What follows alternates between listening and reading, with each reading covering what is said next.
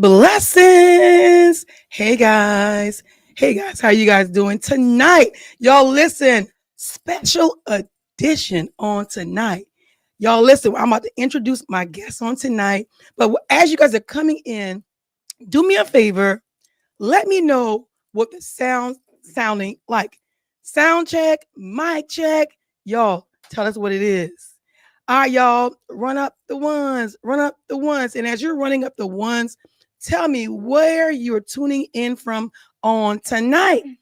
So right quick, y'all, let me share some love, y'all, on tonight with you guys. So who do we have on live on tonight? It's y'all listen, it's Tuesday. I don't know what happened, y'all. I think somebody turned the air conditioner on outside.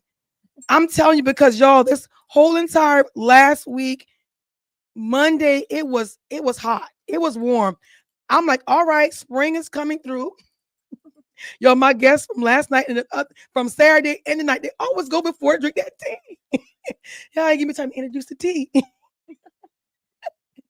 All right, y'all. So right quick, can you guys hear? Can you hear? Can you hear?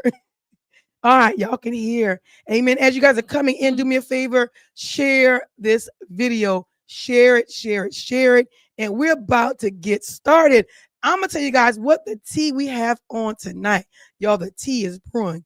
All right, y'all, listen, y'all. Nevertheless, they took away Black History Month per se, but guess what, y'all? We still can do our own thing. I know, y'all, I promise you I'm not a rebel. I promise you.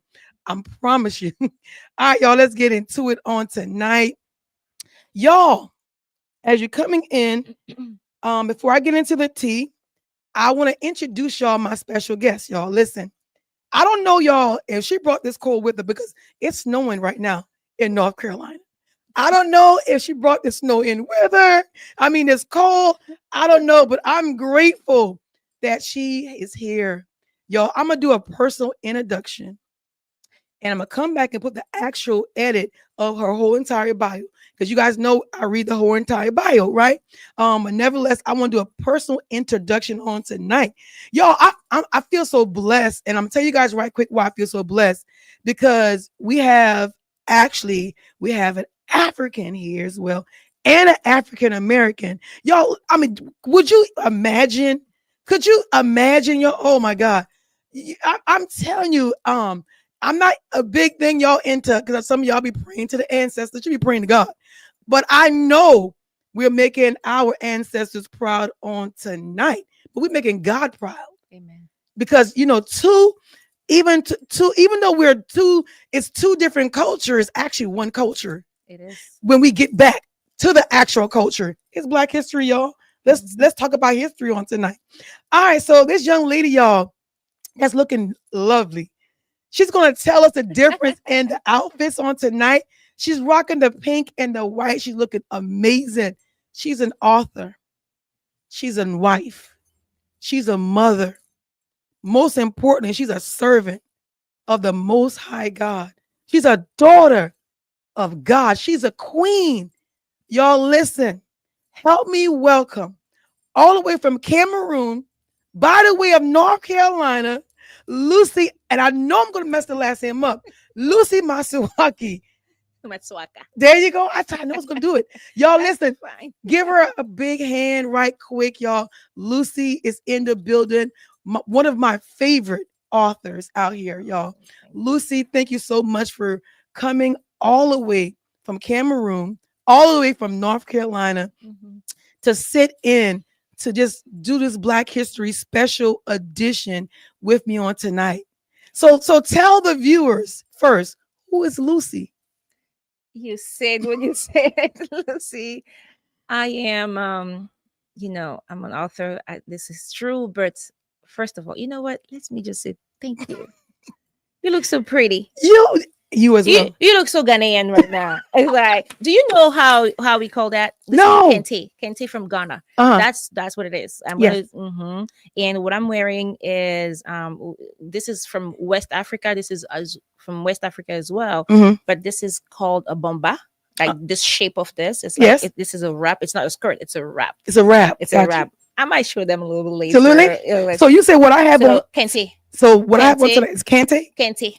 That's from Ghana. From Ghana. Ghana and some other countries around that area. And they also wear things like that, this shape. So this is from Benin, Togo, you know. And you know So, what's, go ahead. Yeah. So this is I just had to say I love what you have right now. I feel like I'm home right now. We're family, right? Yes. But for your audience, I wanted to tell them real quick. My name is Lucie Matsuaka. I came to the US about 21 years ago. 21 years. Yes, I know, and I still don't speak English. I'm sorry. I'm so sorry. Listen, for your audience, please forgive me. English is my third language, okay? Wait a minute. Wait a minute. You said third language. English is my third language, so I'm still struggling. So you speak 3 different languages? Yeah, I do. Wow. I do. So. But go ahead. I'm gonna hop into the tea already. Go ahead, Lucie. Go ahead. Yeah, I was born in Cameroon. Yeah. I lived in so many countries in the continent of Africa before leaving the continent. I would say I identify myself as a child of the world just because I lived and traveled to, I would say, to so many different continents. Like when it comes to traveling and living, I would say, Europe, it's me, Africa, it's me, North America, it's still me. So I have family everywhere. So it's easy for me to just travel, and, so, and I've been here for, like I say, 21 years. Yes. We started with Boston, Massachusetts. And then 11 years later, we ran away. Snow. So you kind of like, this snow is like.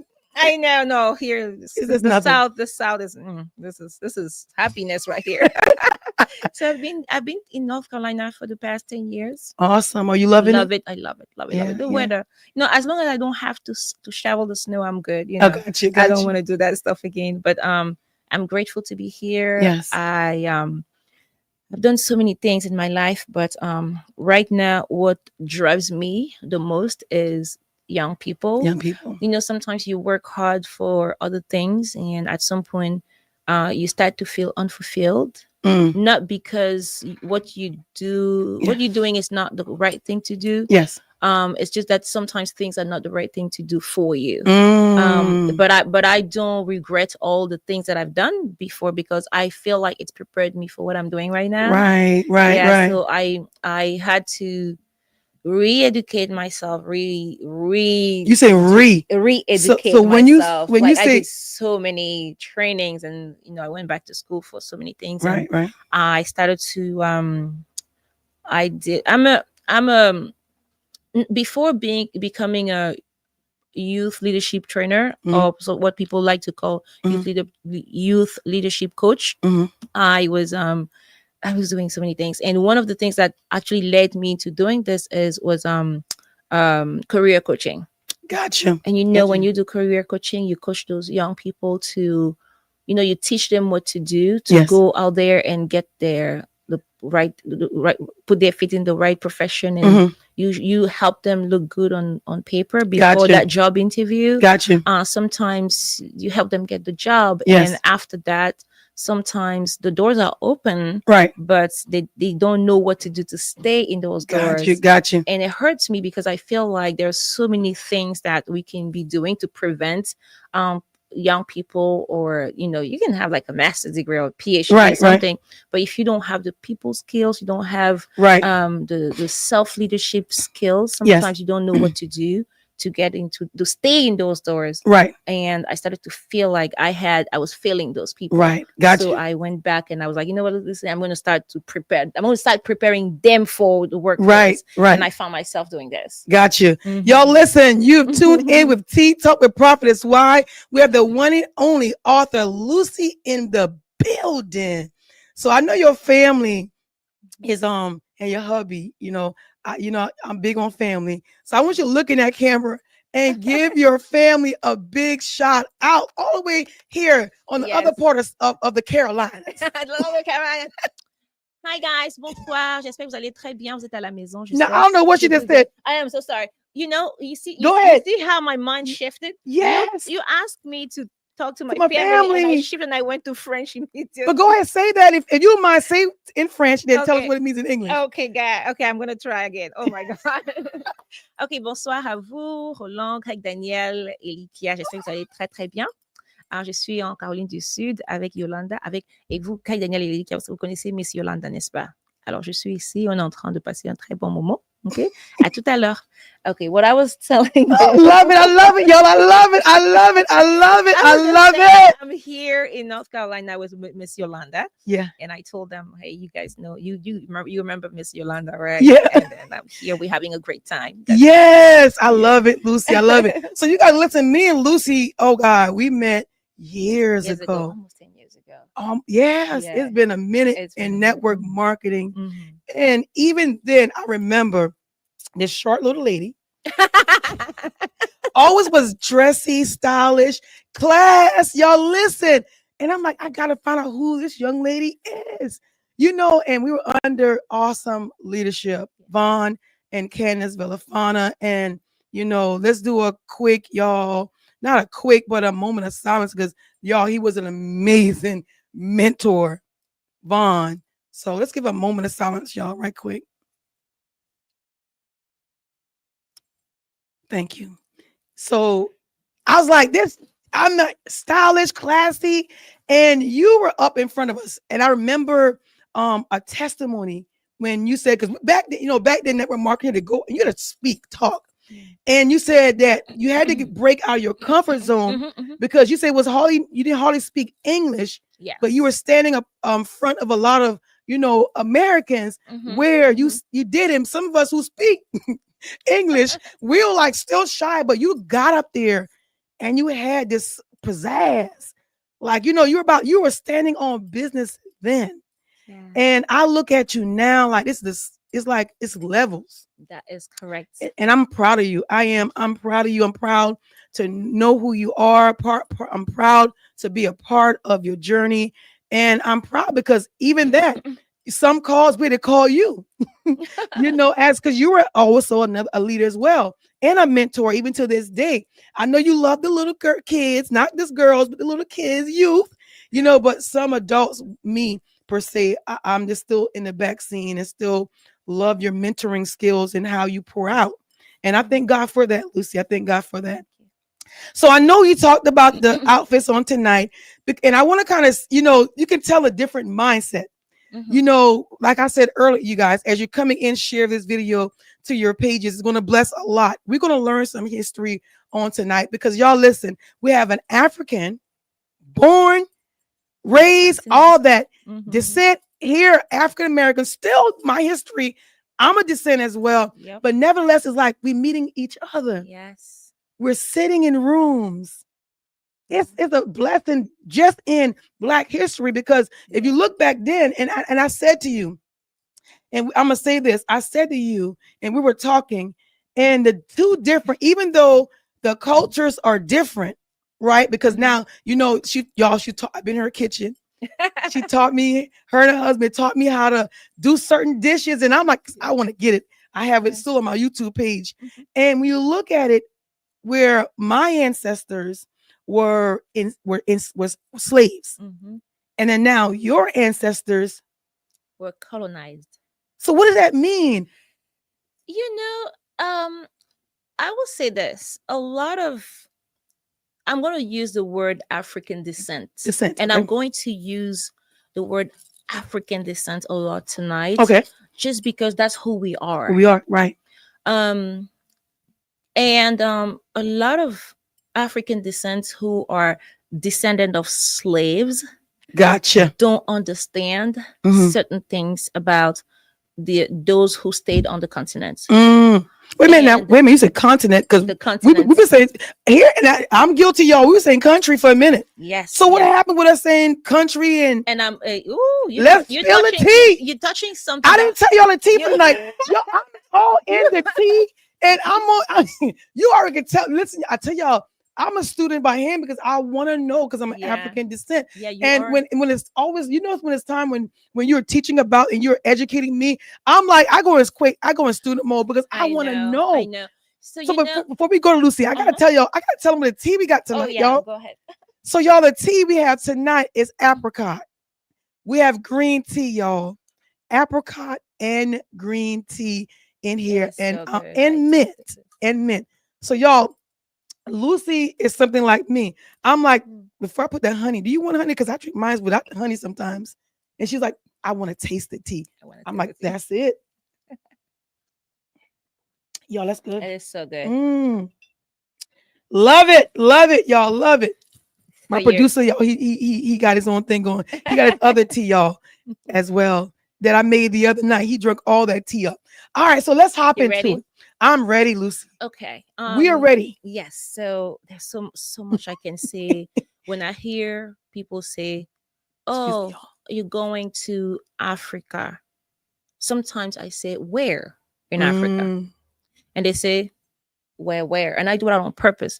You know, Yolanda, I've been in this country for 21 years. And when I came here first, I was frustrated. So what you mean by that? I was frustrated by the fact that people did not understand that you cannot take Africa as a whole like that. Gotcha. It is, especially when it comes to certain things, like they will say things like, "Oh, you guys live on trees there." Say it again. Do you live on trees? On trees. On trees. They will say things like, "Oh, you run behind the lions and the giraffes and stuff like that." And I was like, and I remember showing pictures of my parents' house, and someone said, "Yeah, you're lying. Wow, that's not home." And I'm like, "What do you mean?" Right, because you're actually a princess. No, I am. My mother is from like, she's in the lineage. Gotcha. But my in our village, in the village. Gotcha. Yeah, but in her village. But my father, no. Gotcha. He just worked for the government, and I would say he was the equivalent of what a governor is here. So because you had the limos and all. No, we had a good life, kind of. Like, so you had maids and stuff, like housekeepers. Yes, I did. And I say, so I come to this country, and just because I speak French and Yemba, which is Yemba is my parent. First of all, it's a language. It's not a dialect. So we're going to talk about it. Gotcha. I hate when European people call our languages dialects just because they're not European languages. So what makes it dialects? It is. They mean it's not as important as a European language. Wow. That's what. Listen to me carefully. When a European person says your language is a dialect, what they mean is this is how I hear it. I hear your language is not good enough. It's not. So it's like French is right here, and Yemba is right here, or English is right here, and then all those African languages are right here. Like, come on, please. So something like, so for us, it's like Gullah. Like here is it's like Geechee Gullah. It's actually a language as well, right? Mm-hmm. If I'm not mistaken, it's a language, okay, as well. And they're like, that's not proper English. No, that's different. That's different. That's different. No, ain't the same. Okay. So let's continue. Have you heard of Geechee Gullah?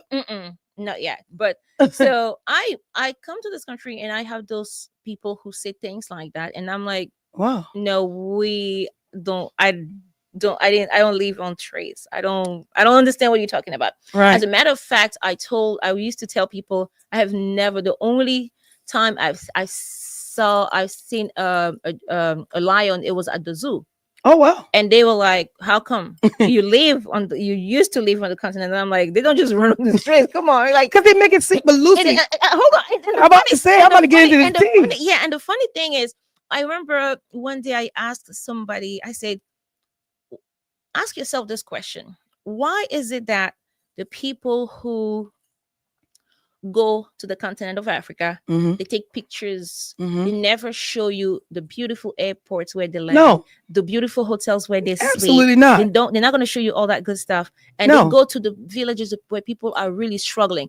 what country on earth? Show me one country on earth where there's no people who are struggling. That's right. It doesn't exist. It doesn't exist. And I always felt like maybe because there was an agenda behind it. Yeah. And the part where I was frustrated was because I was hearing so many things that were very negative. And at that point, I could not express myself in English because I was new in the country. Yeah. So I was still speaking French. And as a matter of fact, I had so much, like my self-esteem was so low that I was actually ashamed to speak French. So, that's how bad it is. So wait a second. So when you, what do you mean? I had like a low self-esteem. So when you came over to the US, to America, yeah, the reaction when you meet somebody and you say, oh, they ask you where you're from, and then you say I'm from Cameroon, and they say, where is Cameroon? I say, oh, it's in Central Africa. They're like, oh, you're African. Okay, cool. I'm okay with that. But right. when you meet a French person, you don't say, oh, you're European. Gotcha. And another thing is, I remember I was working. I remember when I worked in nursing, and I was in Boston. I remember our boss one day he sent an email. I think I've been a rebel for a while. That's why we get along. I think I've been a rebel for a while, because the funny thing is, I remember he sent an email. And he was, I don't know what month it was, and he was talking about the different cultures and languages that people speak at the job and everything. Yes. And then he said he sent that email, and he said he was talking about the staff, the staff members, yes, and all the nurses and the CNAs and then the office members, and he's like, oh, we have people from Armenia, we have people from England, and we have someone from Ethiopia, and we have Haiti. He said another country, and then he said, and Africa. Oh, my blood was like, I was because like, that's why. And I was like, Lucy, what are you going to do? Okay, are you going to speak up, or are you going to? And I was like, I went home, I got the email, and I was like, Lucy, what are you going to do? And then I was like, I'm kind of like, do I say something? Oh no, and right. And one day I sat down, Lucy, I couldn't sleep with that. I just it was just an email. Yeah. And then I sent him an email saying, you know what? I said, thank you so much for acknowledging, the fact that we are here and blah, blah, blah, blah. But, you can never say Ethiopia and Africa in the same sentence, because Ethiopia is a country in Africa. Oh, wow. Does that make sense? Like, got you. The problem is you talk about all those countries, and you talk about some African countries, and then at the end you add in Africa. Like it's separated. How ignorant are you going to be? You are the CEO of a huge company. Yeah. And then you say Ethiopia, maybe Haiti, France, and whatever, and then you say and Africa. It means in your mind you think Africa is one of those countries. Are you kidding me? Ethiopia is a part of Africa. What are you talking about? Like Cameroon, right? Cameroon is a country in Africa. So this is what I said. I said, as a matter of fact, it's just like you say you say England, Belgium, right, London, and Europe. Gotcha. How much sense does that make? Yeah. He apologized like crazy. Yeah, he didn't know. He sent me an email and said, do you mind doing a little conference with us at the job and educate everybody? Wow. And I was like, bingo. Let's go. You won them over. We organized a meeting. At that time I was still struggling with my English, like now, but I was way worse back then. But I found a way to create some PowerPoint slides, and I had to do what I had to do, and I could see how many. That's like about 15 years ago. Wow. And I remember how many people were like, "Oh my God, really, really, really!" And I showed. I ordered a big map. Yeah. And I showed them. Gotcha. So they can did understand. A visual. Right. Yeah. Because for years here, even here, in our, town that we're in right now, it's like Africa. And not only that, it's because of things that show on TV. When I was even a kid, I saw kids with no shoe. I see the bugs around their mouth. Yeah. I said no water. Yeah. When I got older, I said, yes, some areas. Exactly. But they made it look like that. So that's what was in our minds. Let me touch on that. Please touch on it. We're on Tea Talk with Prophetess. Why? Yes, because here is the reality. When you are, the media is a very powerful tool. That's why I tell people, not only my own kids, you have to be careful what you're watching on TV. That's it. Absolutely. The media are it's a very powerful tool. And whatever you watch affects the way you think. It affects your mindset. It affects your perception of things. Yes. I grew up back home. Whenever I was watching TV, I was watching TV, and especially if those were European TV channels, whenever they show their own countries, they show the beautiful side, never the bad side, never. So wait a minute. So wait a minute. So on this side, we are seeing the bad only. So here's the thing. But y'all seeing good. Only good. So that is true. So when I was back home and I grew up watching TV, I saw when they show the United States, for example, it's only those beautiful, but they make you dream. It's like you see and you feel like, oh my God, I gotta get there. I have to get there. When you look at France, it's the same thing. All those European countries, it's always the beautiful pictures and images. They never ever, I've never seen any bad. I'm sorry, never. Wow. Never. So in my father's living room still, when they show an African country, it's poverty. Yes. It's war. Yes. It's fight. It's a lot of stuff. Now, when they show in an American movie, when I grew up, the white people played the beautiful, powerful roles. Yes. The African American people played the bandit. Is that how you call it? The gun owner. Yes. The guy, the ghetto hustler, people, like killing and all that. Killing, and it's not safe and that. So I grew up thinking in my mind. So I'm going to tell you how it affects the mind. Talk to me, Lucie. So I grew up in Cameroon. Yes. Thinking that, the black race is not a good thing. It's negative. See, by us, the black race all together. I'm black. Yeah. Don't you see that? Yes. I know. In America. Hold on. Because this is one thing I have to clear up as well. Yes. Because that's one thing when I came in this country, and we have to talk about it. I don't understand. I told an African American lady in Boston, I'm black, and she said, "You're not black. You're African." And I said, "What do you see here? What is that?" And she didn't understand. I didn't understand. So we had to argue back and forth. And I'm like, I don't understand. I still don't understand, but it took me years to understand what she meant. And she didn't understand what I meant. But to go back to when I was growing up. Wait a second before you go there.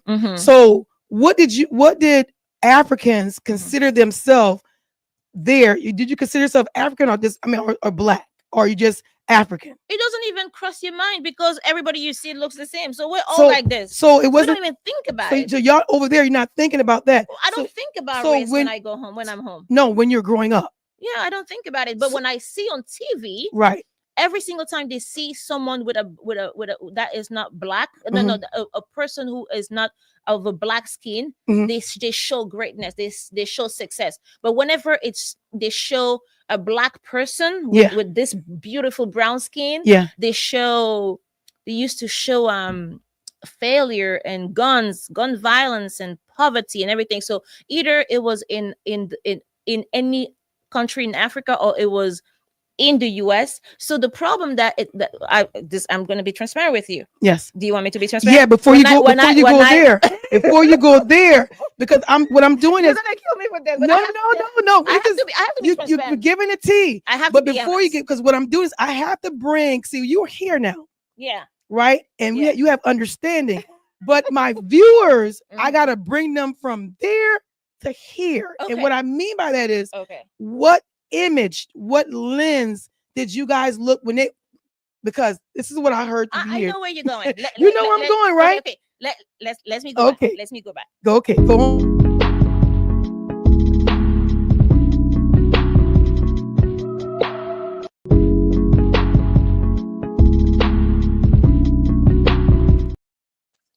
All right. We're back. Way back, right? Yes. Okay. Let me go back a little bit, okay? Okay. Growing up, so Okay. I was born in Cameroon Gotcha. and I grew up there. When I was 17, I went to other countries in West Africa because I lived altogether in 3, 4 different countries. My father had the means to send me in other countries to study. So before I came to Whoa. the US, I knew already other countries in Africa.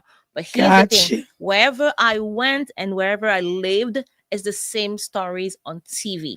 So when I turn on the TV, okay, in each country, Yeah. usually when I see if it's the local news Yeah. from that country, Yes. they show the normal stuff and everything, right? Right. But when it comes to the cable TV, if it's cable Yeah. and then it's a channel from Europe, for example, for Yeah. example, TV5 or those European. Gotcha. Remember, Gotcha. we are still connected to Europe a whole lot because of Exactly. colonization. Yes. So whenever you turn on those TV channels, Uh-huh. whenever they show pictures of the West, it's always, most of the time, it's beautiful. It's Gotcha. beautiful. It's the skyscrapers. It is. But whenever they show an African country, any of them, it is poverty. If it's war, it's gun violence. It's all. So you grow all. So the African child Yeah. Come on. grows up absorbing all that negative information, and it affects his mind because Right. what he believes is the other people's countries are better than ours. Gotcha. So unfortunately, this is what it's going to do. It's going to break your spirit. It's going to break your self-esteem. Okay. And in every single thing that you want to achieve in life, if you about purpose, about leadership, and everything, Mhm. if you don't have that self-esteem, it's over. Gotcha. So when I later, when I grew up and I feel like later, like after I used to travel a lot, like Yes. when I, like 21 years ago, which Mhm. is 2003, I finally, after traveling to so many countries, I decided, like, you know what, let me just try America. Okay. Remember, I have that, I want to see I wanna America. see America. Right. So I come to the US and I'm excited. Mhm. But like I said, I'm frustrated with the fact that people don't understand who I am. And they already have an opinion formed of who I am without even knowing me, without even knowing me. And the first thing they think about me is, because I don't speak English, then I'm stupid. Gotcha. Gotcha. They don't understand that I actually speak 2 different languages. I went to college. Right. Right.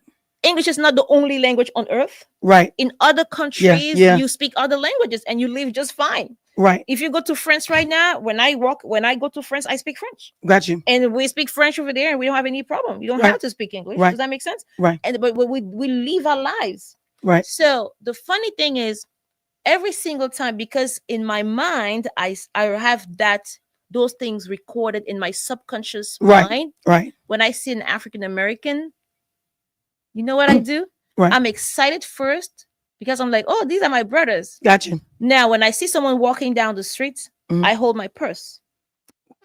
I swear to God. You mean for anyone? Mm-mm. Oh, African American. Because in my mind, I watch so many movies showing me that African American people, you remember the gun violence and everything? Yeah. That was 21 years ago. Yeah. I walked down the street and I see an African American who's my brother. Yeah. We're black. And I'm like, this is my brother. And at some point, I'm like, and I see, and I tend to do this, and I'm like, what are you doing, Lucie? Right. And that was my. And I don't understand why I'm doing this. Because and I go home and I ask my sister, and she's like, you know what? We don't know. You know what? You know what we saw on TV. It's a lot. And I don't understand why I'm acting. And I had to go and I remember my husband told me one day, we have to re-educate ourselves. Yeah. Because you can't. This is. It doesn't sound right. Like you feel like something is wrong. And I want to tell you why you feel like something is wrong here. Mm-hmm. It's because while you're doing it, the other people see you and do the same thing. Yeah, that's right. That's right. And you're like, so I go to a store one day with my daughter. So before you go there, that was my question. How did or even now, that Africans, what do they think about African Americans? Not here, the one there. oh, then that's what I used to think, and I had to work on myself and learn and read history and say, and I'm like, wow, wait a minute, this is when I realized that that's not okay. That's not okay. That's not okay. And do you know why? What? Because I turn on TV. First, girl, listen. Here in America. Yes, now I'm in Boston. Just let's like, I remember my son was born. My kids were born here. So now I'm in Boston, and my son turned 6 years old, and we start thinking, you know what? We're watching too much TV. It's going to be a waste of time. We're not going to watch this anymore. So we're just going to cut that. Since then, my son is 21 right now. And since he was 6 years old, we canceled the cable, and we never had any cable anymore. Cable. Oh no, we don't have it anymore. And my kids literally grew up without TV. Right. And I'm going to tell you why. I remember one day we were watching TV. I think he was 5. And I can't even remember what channel it was. And I saw some images of Africa. It was so disgusting. My husband turned around and said, we're going to cancel this thing for so many reasons. It wasn't the main reason. Gotcha. The main reason was we're like, we're in this country. It's been a few years. We had to focus. We have to focus on education. We have to go back to school. We have to, we have to do what we came here for. We can't waste our time watching TV. But I remember, how when you cancel your cable and they call you and say, "Oh, if you take this, what are we gonna give you these options?" You know what my husband told them one day? What he said? I'm gonna get back to your to the subscription when you start showing a positive image about my continent. Until then, it's over. Right. Bam! He hung up. I was like. So then now the very thing that we were seeing over here, now you guys are seeing that. And now, so that you said something, you said when you got over here, because they made the African American look like robbers and thieves and all that stuff. In the meantime, you're hiding the purse and stuff. And then now they're making us think that Africa is poverty. You don't want to go there. You can't drink. I remember going to the Bahamas for senior trip. And they was like, you can't drink the water. You can't drink this. You can't do this. You can't do that. So they make us feel like it's nasty. Yeah, they do that. So that's a lot of unlearning. You have to learn again. Yes. You guys listen. You have tuned in with Tea Talk with Prophetess. Why? I have author, y'all. We're getting in the heat of things. As you guys can feel the tension. Yes. Because y'all, we gotta debunk a lot of things. And it's weird because we're still a part of the same history. Yes. So when you look at Black history, it's not just Black history. It's just Black history in America, is what I'm saying. Yeah. It's history in general. And y'all, I'm getting excited. Y'all tell me. Yeah, it is. It is funny how I used to, when you called me and then we were talking about doing this. Yes. I was going to dress, like I usually dress. And when you said, it's Black history, let's celebrate it with. I turn around and say, why? Because to me, here's the funny thing between, and I'm going to be transparent. Be very transparent. For an African woman who was born on the continent and who grew up wearing this, got you. It's nothing, no big deal. To me, it's like, yeah, whatever. Right. To you, because you're reclaiming your culture, it says something. But I was like, you know what? I want to make sure I honor her desire, because this is her show. Yeah. This is her platform, and she wants to represent the African culture. So I'm going to do that. Yes. So if you talk to any African person who was born on the continent, they will say, this is nothing. This is nothing. This is what we have. And to us is everything. so I don't, because in our minds, we say things like, we say, I have nothing to prove. I'm already African. So what is that? To me, like, I'm like, yeah, for what? Yeah. But I understand why it's important to you to do this. Yes. That's why I have to make sure that I thank you for that. We do this together. Because it represents something. Yes. Now, I've noticed that a lot of African descent from the US and from the I love how you. Caribbean. I love how you said that. African descent African descent from the U.S. from the US. instead of saying African American, African descent African from descent the from the from America. from America. Finally understand it's the beautiful thing is, girl, listen, I thank God for social media. Yeah. I remember, like I said, 20, even 10 years ago, when I was going back home, and I go back home, I take pictures of my family, and I come back and I show to people, oh, show us our home. Yeah. And they say, oh, that's not Africa. And I'm like, what? And I'm so grateful that now a lot of people went back home. They went to different countries in Africa. And when they come back, they take pictures and they show everywhere. And people, I remember seeing some posts and people were like, I'm here in Ghana, I'm here in Congo, I'm here in Cameroon, and I'm here in Ethiopia, and I'm here in Zimbabwe, and I'm here in South Africa, I'm here in Kenya, I'm here in Central Africa, I'm here in Chad, I'm here in Senegal, I'm here in this. And people are like, you're sure? Oh yeah, he is sure, or she is sure. And, right. And I love the fact that African descent in this country started to be like, what's really cool. Why is it that the pictures we see on TV don't add up with it doesn't That's add up with the pictures we see on social media? That's right. And the curiosity was born. That's right. And that's why I'm so happy and I'm proud of our people for taking this matter into their own hands. Right. To go back home in the motherland and take real images and show the world. Yeah. You know what, Lucie, is a quote that I saw that it touched me, but then it bothered me. It touched me, but this quote touched me, but then it bothered me like, oh. And it's by James Baldwin. And it says, to be an African American is to be, I want to say this right, y'all. I want to get this right. Yeah, get every wording. Because y'all listen, as an African descent in America, as an African descent in America, changing up now. I ain't say African Americans. I'm African descent that lives in America. Yes. Amen. So it says this by James Baldwin, y'all. It says to be African American is to be African without any memory. And an American without any privilege. And I'm sitting here like, I hear what this is saying, but then in the back, like, wait a minute, what you trying to say about us? It's painful. It is very painful. It's painful, and he got that right. It's painful. It's painful because that's the reason why we're having this conversation. Yeah, that's the reason why. I cannot wait for all African descents to understand that we're the same family. Actually, same family. It is the same because sometimes there's some kind of crazy fights, crazy whatever. You know why that is? And you're asking like, what? You know what is? You know what, Lucie? Because we African descent. Well, I can speak for myself.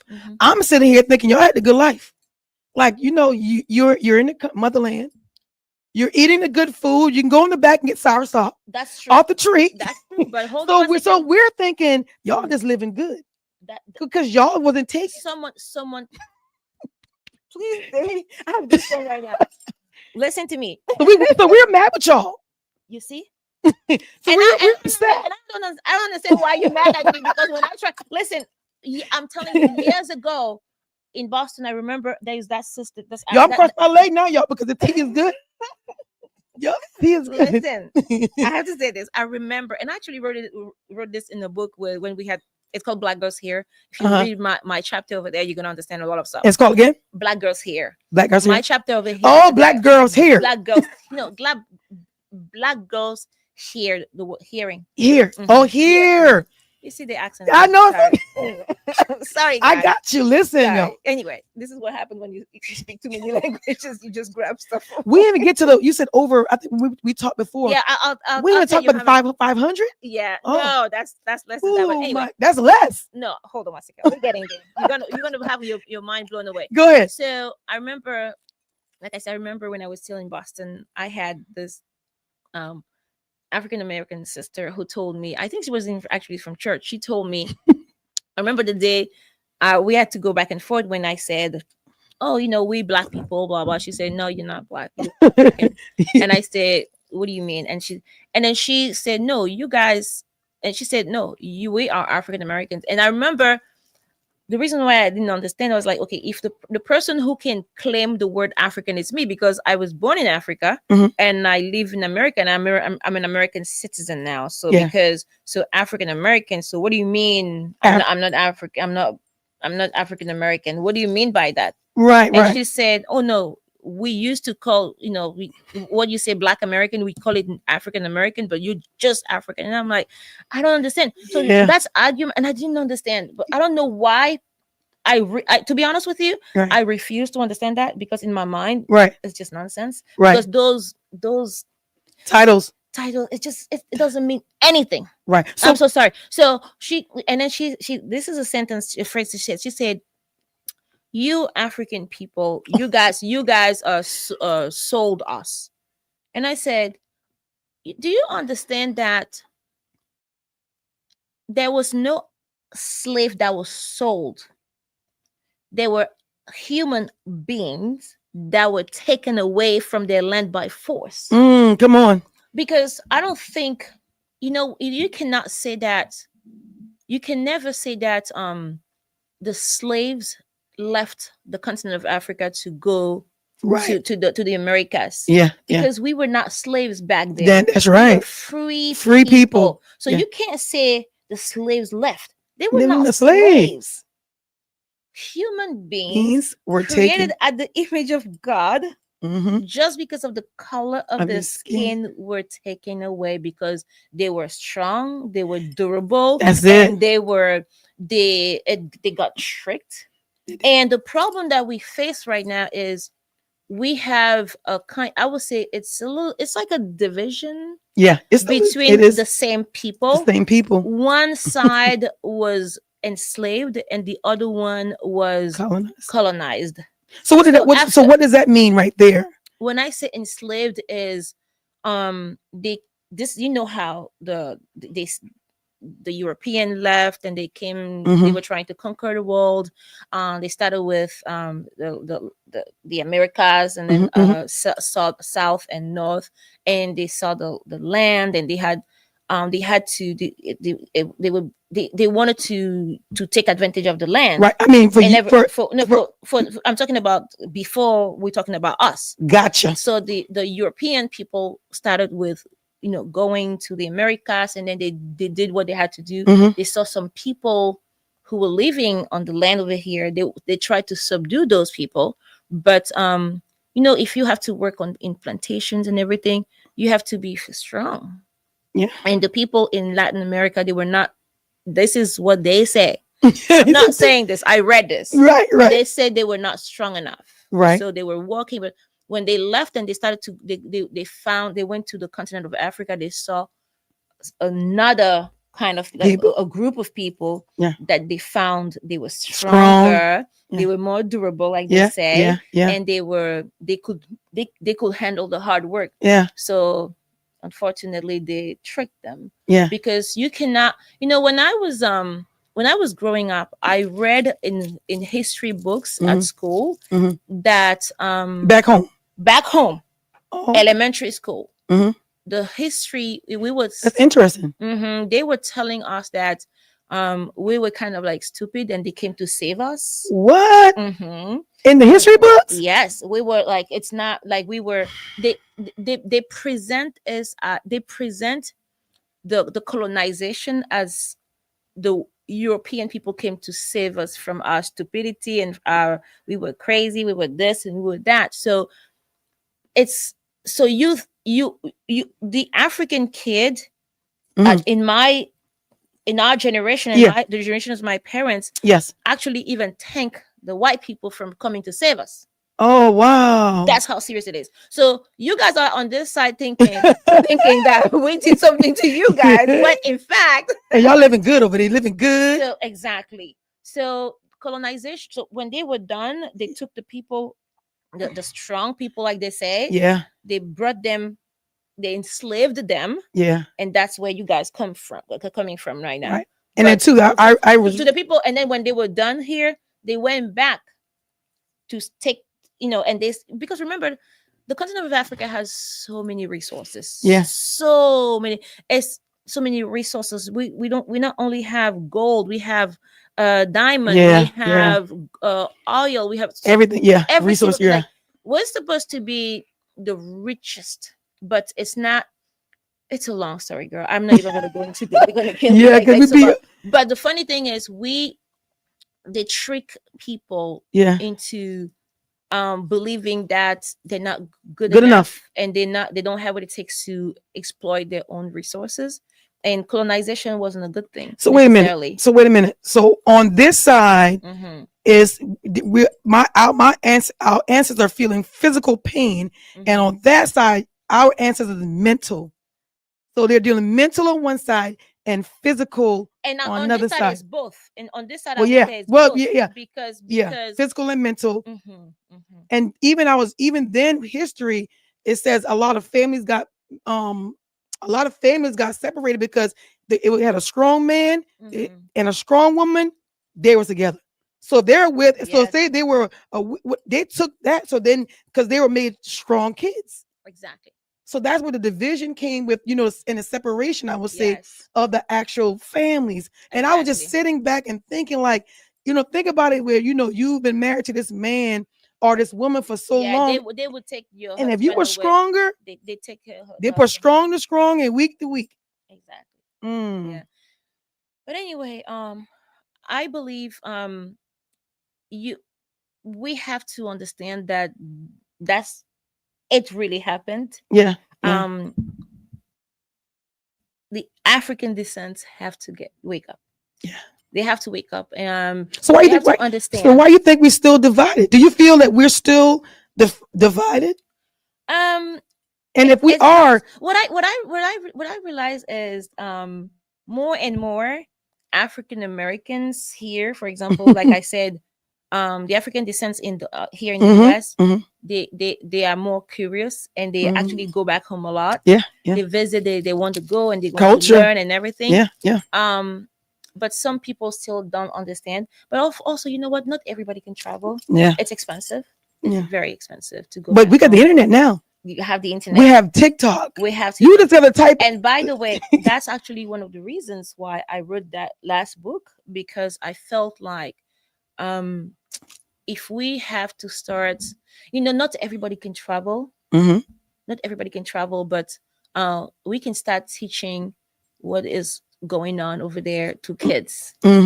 Because if you want to change the perception, if you want to change the kids' perception of who they are, you have to give them the proper information. That's it. Because here's the reality, that if someone comes today and says, "Oh, the people from your nation are this," and they give you a negative word, the first reaction is going to be like, you're gonna say Anna. But if they repeat the same information every single day for a while, you start believing it. Yeah. So that's I think we have to re-educate our kids. Right. We have to give them the proper information. Right.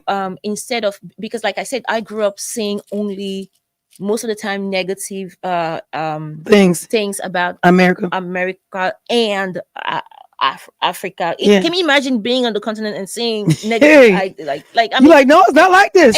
And you tend to say, feed the children. I see this here, but on TV I see something else. So it affects you. You know what I mean? It affects you a lot. And unfortunately, we have to go back and teach our kids. Listen, I know on TV they don't talk about this leader because he doesn't fit the criteria. Yes. He doesn't whenever they talk about leaders in Africa, they talk about the bad ones. Right. Yes. Bad ones. Like, yes. I'm not even gonna listen. They talk about the worst ones. Yes. The people who hurt. Yes. Dictators and everything. And we have a lot of those. Right. But the good ones who actually did good stuff, they don't talk about them enough. Right. And that's the reason why I actually put them in the book. Right. So this is why your passion and it makes sense. Your passion is, let me go to the youth. So so when you go back home, do you encounter youth and where the mindset now, if you don't mind sharing, the youth that's in Cameroon or whatever in other countries well?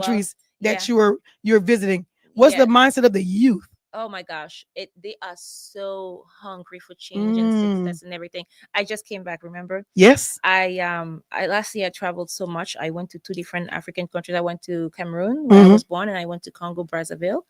And I had conferences with nonprofit organizations and elementary schools, and it was amazing to see you know, kids who are they really want to learn. They want to learn. They're hungry and they have access to the internet, which is so good because they do.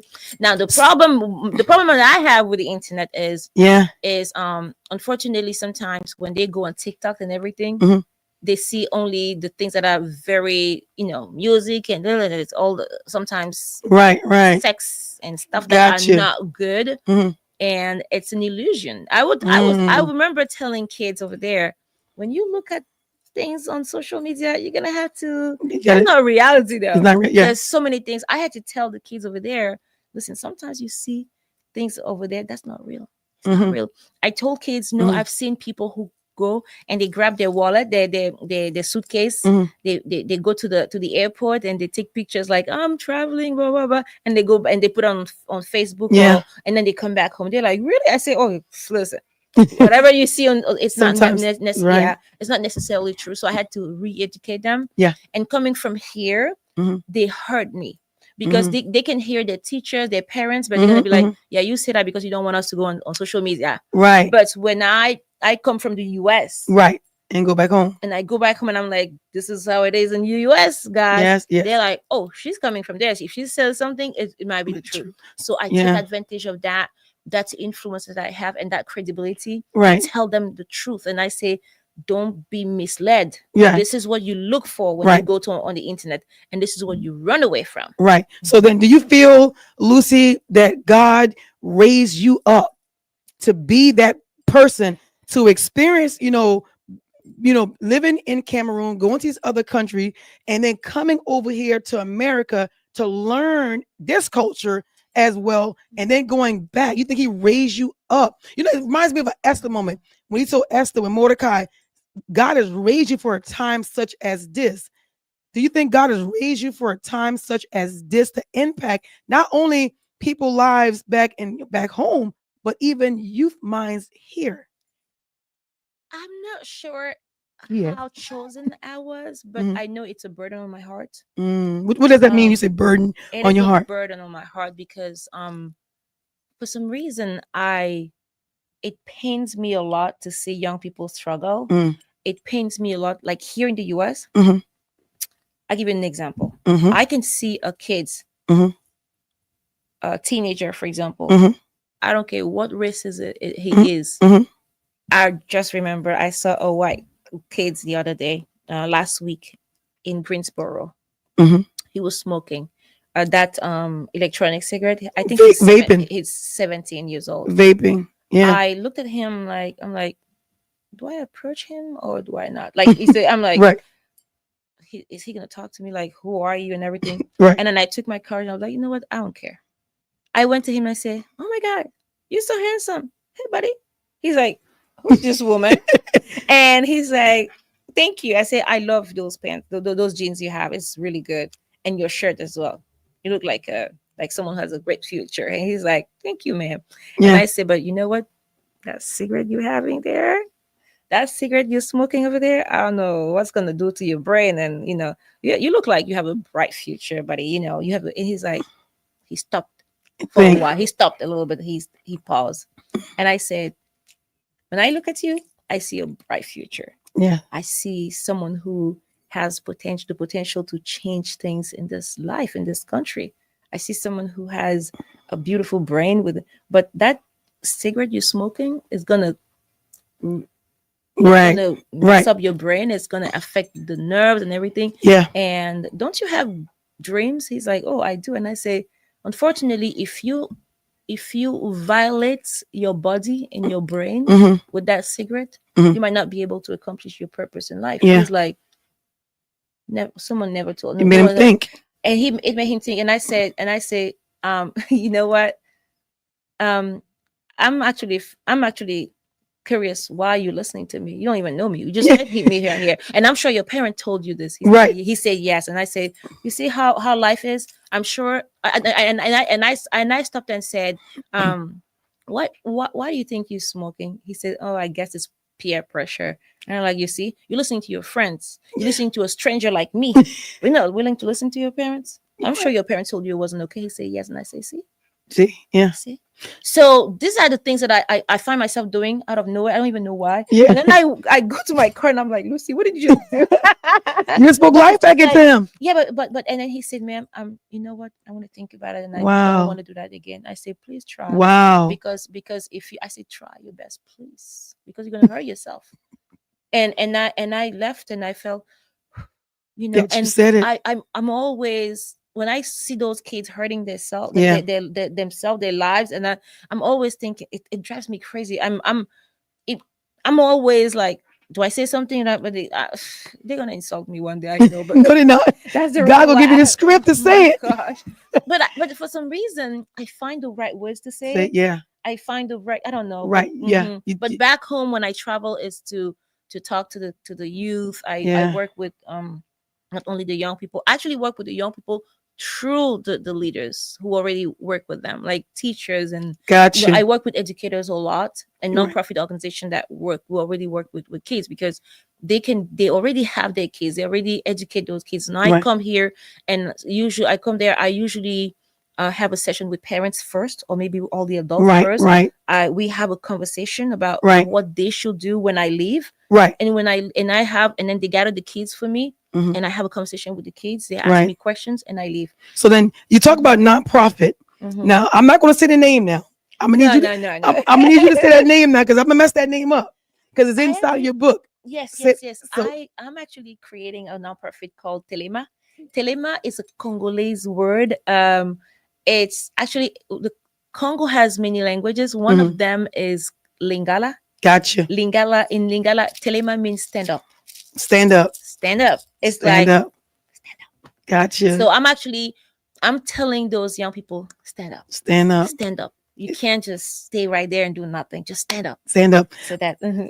Listen, guys, you tune in with Tea Talk with Prophetess. Why?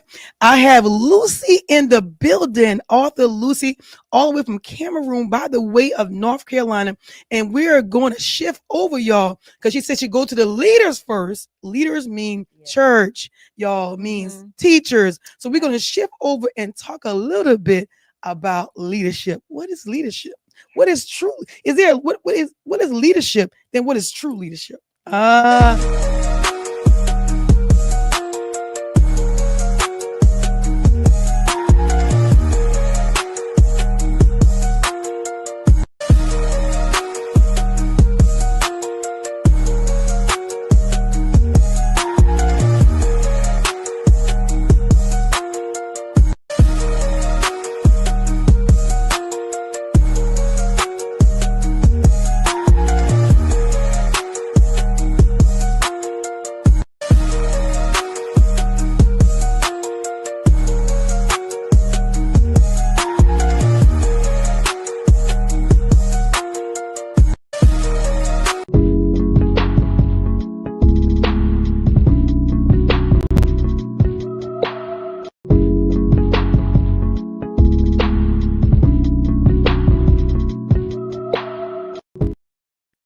All right, guys, we are back with Lucie in the building, author Lucie. Y'all, thanks for tuning in on Tea Talk with Prophetess. Why? Don't forget to like. When you're liking, don't forget to share. Y'all, listen, I understand we're talking about some Black history on tonight in general, but this is going to help everyone, even our Caucasian sisters and brothers, our Latino sisters and brothers, all of them, y'all. Amen. Everybody, a people. Amen. Glory to God, So, Lucie, we shift over to the leadership, right? Yes. I saw you sent me this clip. Well, not clip, this video by the late Miles Monroe. Yes. And I know we have a picture of Lucie and Miles Monroe, y'all. Listen. So when I look, to be really honest, there's amazing, great leaders right here, but also there's leaders from all over. But when I look back over with in Africa and different other countries, and I look at a great leader, my first mind goes to Miles Monroe. Yes. He was a Yes. He great was amazing. leader. He was And I amazing. say was, but to be really honest, Lucy, He until still this is. day, He is. the Yeah. words, the revelation, Mm-hmm. the knowledge, the wisdom is Mm-hmm. speaking right to this day. Yes. And the clip you sent me, listen, it made Yeah. me look at leadership in a different, through the lens of God. Yes. And before I check any other leader, Mm-hmm. I checked myself. Because all along, I'm like, Yolanda, you doing too much. Are you pushing the people too much? Why are Mm-hmm. you so concerned about their children? And Duh. when I looked at it, because with some people they look at you kind of weird, like Mm-hmm. and not saying there's not other ministries. We literally we're so concerned about the youth in our ministry to like we're fasting, we're praying, send Yeah. us your report cards. I don't care if you're making A's, it's higher. Yeah. Let I don't if you're not, we need to see. We need to wait until the end of the school year. Mm-hmm. We're going to the schools with the single parents. You're not going to meetings by yourself. So Mm. it made me say, no, you're not doing too much. No, you're not. So You're not. before I jump on into, I know how to jump in. Mm-hmm. What is true leadership I will to say you? yes. To me, huh, there's so many. Can I just say what? Say it. You know what? I'm going to say to respond to answer that question. I'm Mhm. going to say what true leadership is not. 'Cause you know what's funny? I think it's better because here's You the know what's thing. funny, There's so Lucy? many You know leaders, what's right? funny? Mm-hmm. Because I have right here. Uh-huh. I started to put down what true leadership is, but I actually put what true leadership is not. Look at Coincidence, it's coincidence. not manipulation. Exactly. That's exactly. I was gonna say that. Go ahead. I'm gonna tell you something. When the problem. Ooh, okay, I'm a youth leadership coach, right? Yes. And I like to say I'm a youth leadership trainer Mm-hmm. because the word coach is thrown away, like thrown away. Yeah. Yeah. But when I work with young people, the Mm. reason why I focus on leadership and young people, and people will ask me, why young people and not the adults? And I'm like, first of all, it starts with the leaders of tomorrow are the kids today. That's right. That's the first thing. But First thing. the funny thing is, um, society, the entire world has the wrong perception of leadership. Mm-hmm. So when we hear the word leaders, Mm-hmm. we think government, Mm-hmm. we think politics, Mm-hmm. we think public service, like in all those officials. Mm-hmm. That's not necessarily true. That's not necessarily true. So that's the reason why when I meet those kids, I try to there's so much work to be done, my dear. My goal here and the desire of my heart is that I'm trying to make sure they unlearn the wrong That's information it. because the problem is they have even parents tell their kids Come on. that, oh, if you work for the government, then you're a leader. Okay, hold on 1 second. I have a problem with that because how about the kids who want to become a medical doctor Mm-hmm. and work on that path and fulfill his purpose with integrity and dignity That's it. and serve his patient with compassion Yeah. and do the right thing Yeah. Yeah. and grow and serve his gift That's the it. way God intended Intended. to do. So you're gonna call that kid's not a leader just because he's Right. not a politician? That's crazy to me. Yeah. How about the mother Come on. who raises her kids the right way and teaches her so many great things at home, and who chose to stay home? She had abandoned her job maybe because her husband is working, and they chose to say, you know what, we're gonna raise these kids at home. We're gonna make sure that we take care of those kids. I'm gonna raise these kids myself and make sure that they have the proper information and the right foundation before they go into the workforce. And when they get to a certain age, I'm gonna go back to the workforce. You're gonna call that mother not a leader when she's home leading those two kids That's while it. her husband is working hard to That's bring the it. means, fight the financial? Come on, man. Are you gonna tell me that I mean, you see, people think about leadership and they think pastors, this and that, and government. No, that's not what it is. Now, when I say I want to talk about what leadership is not, Mm-hmm. it's not necessarily power. Mm-hmm. The power is the result. It's like a consequence of a great leadership. Mm-hmm. It's not Hmm. It's not manipulation. It's not. It's not oppression. It's not oppressing the people. It's not oppressing the people. That's not leadership. It's not lying to the people. It's not misleading. It's not preying on the people. That's it. Or misusing their power. It's not. Yeah, it's not. Leadership is not. It's not preying on people. That's it. That's not what it is. That's so I have so many great mentors. Dr. Miles Monroe is definitely one, and I would say the number one. I have other leaders that I follow. He used to be a pastor. He's an amazing leader that I love and respect. John Maxwell. He's amazing. Yes. He has a great definition of leadership that I love, but I'm not completely okay with that. People know John Maxwell with the word leadership is influence. Yeah, I agree, but to a certain extent, because it could be if at the minute you start influencing people in the wrong direction, to me, you stop being a leader. That's right. So I wish he had given that influence a little criteria. Does that make sense? Yes. Like when he says leadership is influence, unfortunately, people think any kind of influence is leadership. That's it. Because the minute you mislead people, you hurt them. That's right. You manipulate them, and you are a dictator. I lived on the continent of Africa. There's so many dictators there. To me, you're not a leader. I don't care what you say. If you hurt the people of God, you're not a leader to me. It's not. So that's it. So so to say, I can say after saying what is not, I can say that what is. This is what I tell kids. I want to give you the definition that I give to kids. Okay. When a kid says, when a kid asks me, what is a leader? Usually I tell him or her, I say, listen, it's a leader is someone like you who has, who sees something that doesn't work, or maybe it's something that he wants to change in society, makes it a purpose for himself. You have to have a purpose. You have to see the vision of what you want to do. You have to work at it with passion, try to solve that problem, and while you're doing so, people are going to start following you, not because you're going to run and try to have followers. That doesn't make any sense. Like people think if I have a lot of people who follow me on social media or whatever, likes, clicks, and views, then I'm a leader. I tell kids that's not what it is. Do you want to be a good leader, kids? This is what you do.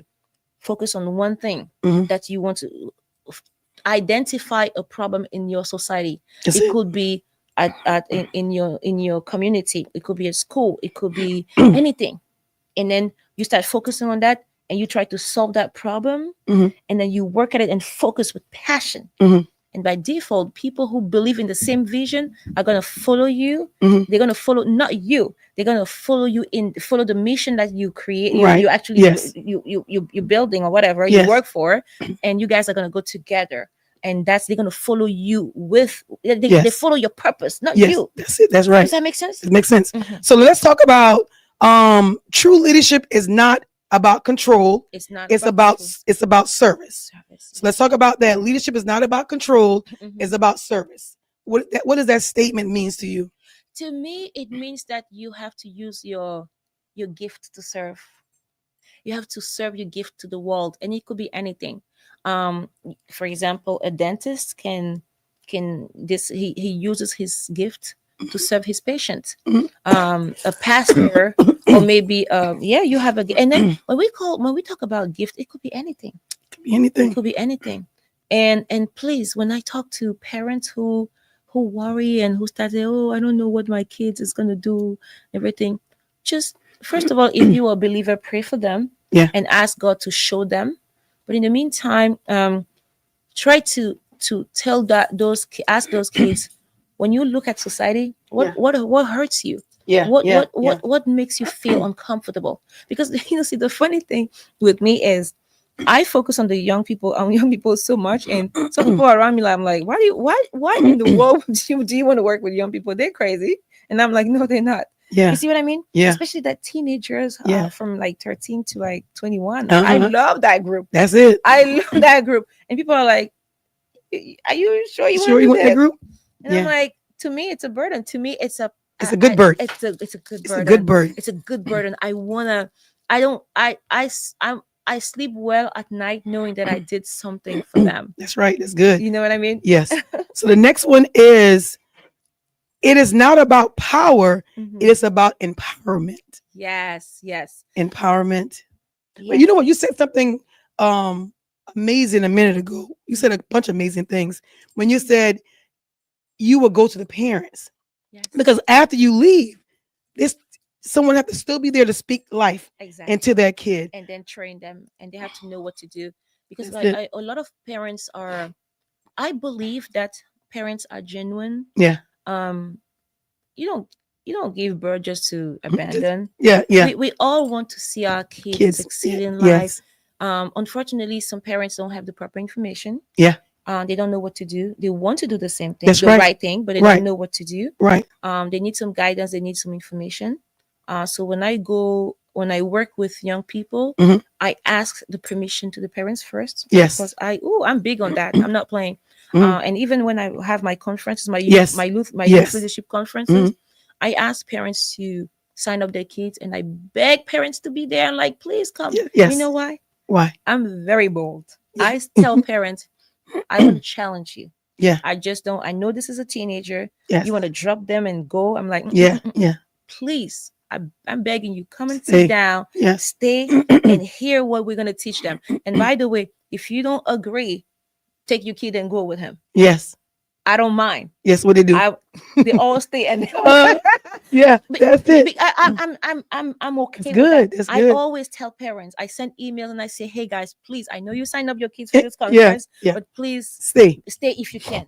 Take some time and stay because I'm very protective. Yes. And I'm very picky. Right.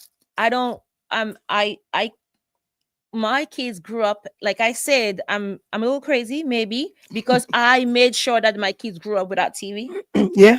It's a little too much for some people. Yes. But to me, I felt like that was I needed because this is what I needed because I didn't want any crazy conflicts without you teach something to your child and they watch TV and they hear something else. Yes. They teach kids. I mean, I was like, it was too much. I'm like, I'm not doing this. Yeah. But here's the thing. I know I'm a protective mother, just like every single parent want to protect their child. Yes. So I understand that the books that your kids are reading are very critical. A book is very dangerous. It's very dangerous. Your kid can open a book today and it will change their lives for the better. Yes. But your kids can open another book that will crush them and change the direction of and send them to hell. That's literally. That's it. You're talking right. And before they go to hell, it's gonna destroy their life on earth. Talking right. Yeah. So because I know that, and I know a lot of parents are like me, I decided that I'm going to be their ally. So when I write my books and I do my conferences, I make sure that I think about it this way. Okay, Lucie, what would you want someone to teach your child? Your child. And that's what I write in the book. That's right. So when I go to those conferences, I'm thinking, in this season, the world is going crazy. Parents are complaining. Parents are sad. Parents don't know where to look for help. And I'm thinking, when I'm in those conferences, Lucie, what if your child was in that conference with another adult? What would you want that adult to teach your child? That's it. And that's what I teach those kids, because I know parents are struggling. That's the reason why. And I keep when I tell parents I'm their ally, I don't think they understand what I mean by that. I am their ally. Whatever you're trying to tell your kids at home and they don't want to hear, trust me, they're going to hear that at my conference. Yeah. They're going to hear it. And sometimes kids, they're going to hear that.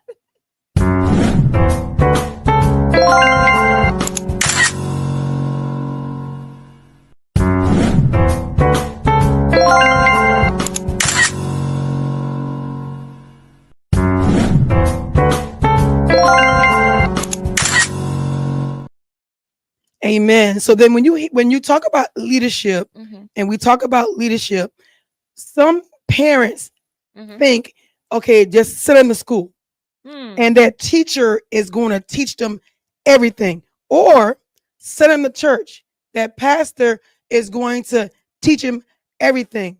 Nope. Let's talk about that. No, I disagree. Leadership teaching starts at home with the parents. That's I'm right. so sorry to say that. That's right. It's our responsibility. That's right. Because God gave the parents the kids. Like you are. I know, this is what I say to my kids usually. I say, I know you don't belong to me. My kids don't belong to me. I say my kids just because I'm the manager. Yeah, that God gave. I'm the manager and I'm responsible. That's right. Because one day I'm gonna have to tell somebody who the real owner. Yes, this is what I did with the children you gave me. You have to take account. So, and this is a fact, and this is what's gonna happen to all parents. Those kids are our responsibility, but and because I'm sorry, not but because they are our responsibility, we have to make sure we start giving them that kind of information. We start to groom them from at the home. That's right. You cannot rely on the teacher. Can't do it. You can't rely on the pastor.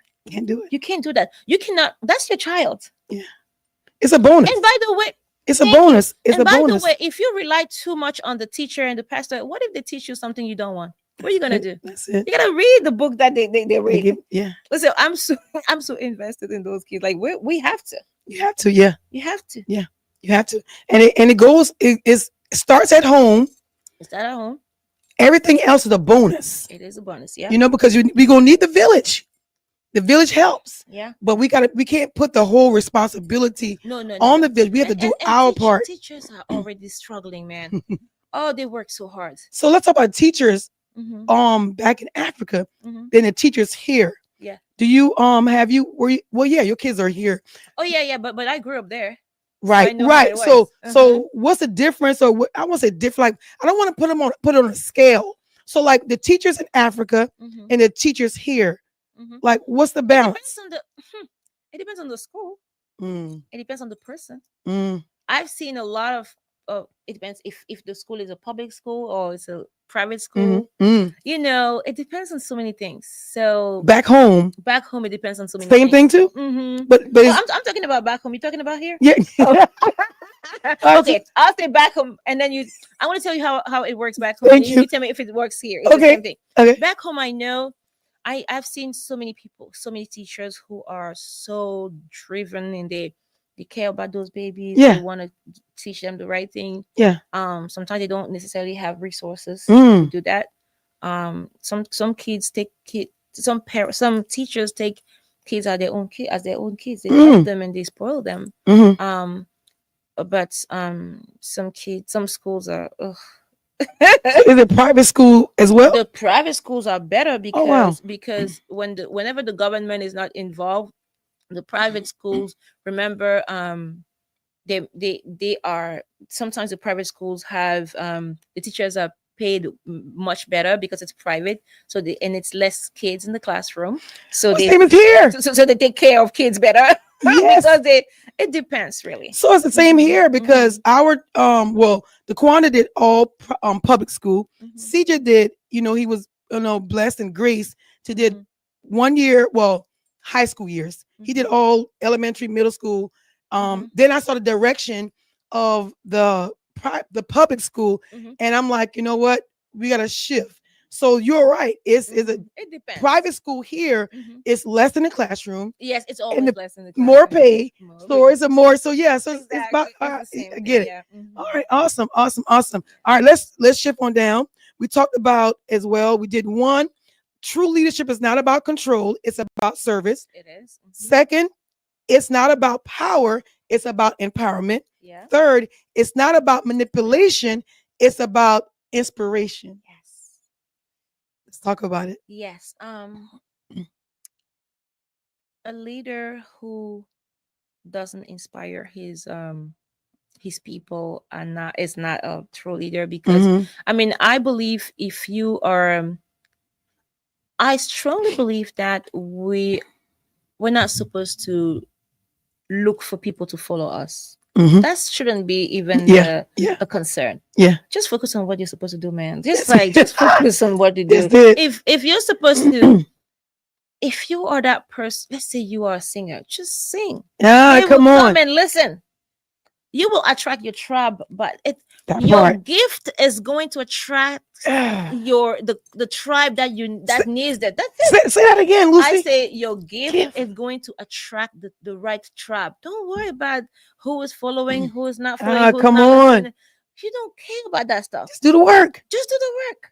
Trust me. Don't wait. Don't worry about the listen. Listen, it's like, it's funny you said that. Mm-hmm. Because when I go live, Mm-hmm.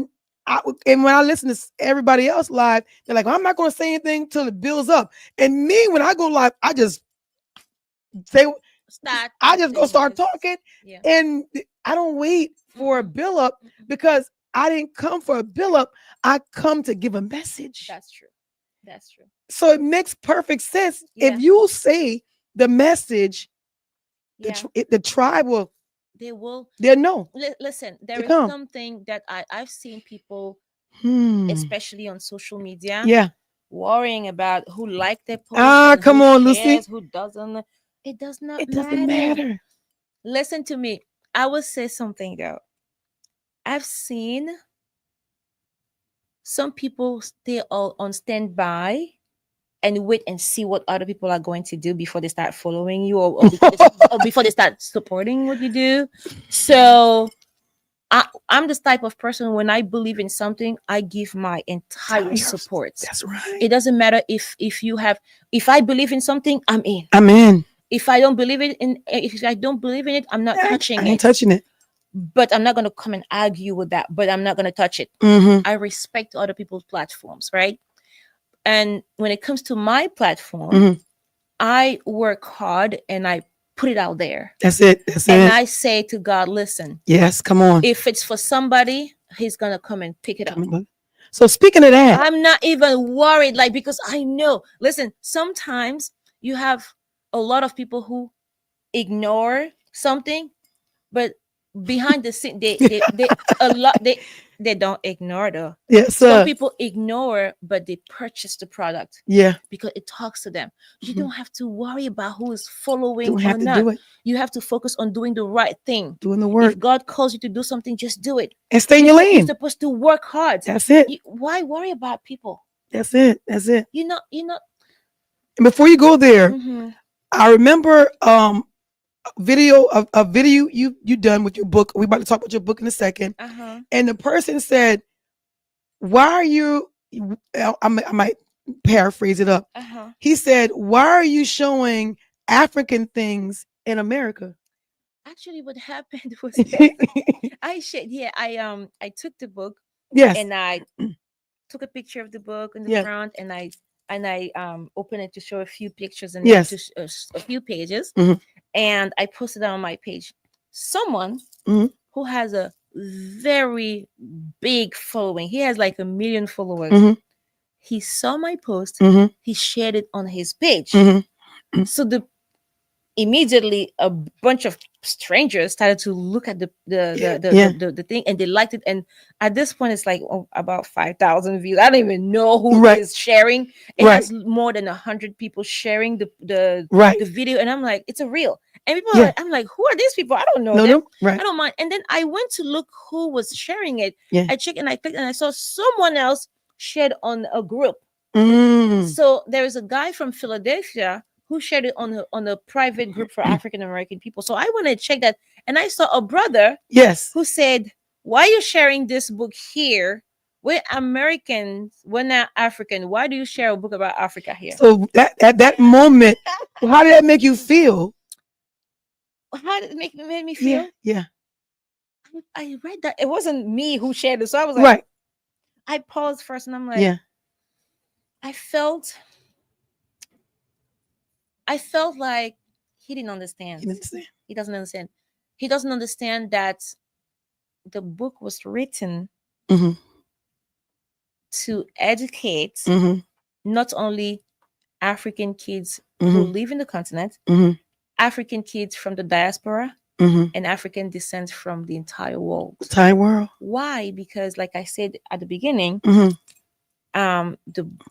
unfortunately, the information that we received from books about the continent of Africa is not always correct. Yes. And whenever they talk about African leaders, there are only a few that people know. People know Nelson Mandela, and Yeah. American people even think Mandela is American. He's from Yeah. South Africa. Oh wow. You know what I mean? Like, I saw a little girl who said, I told her, can you name one some African American leaders? She said Nelson Mandela. I said, no, he's not African American. He's from South Africa.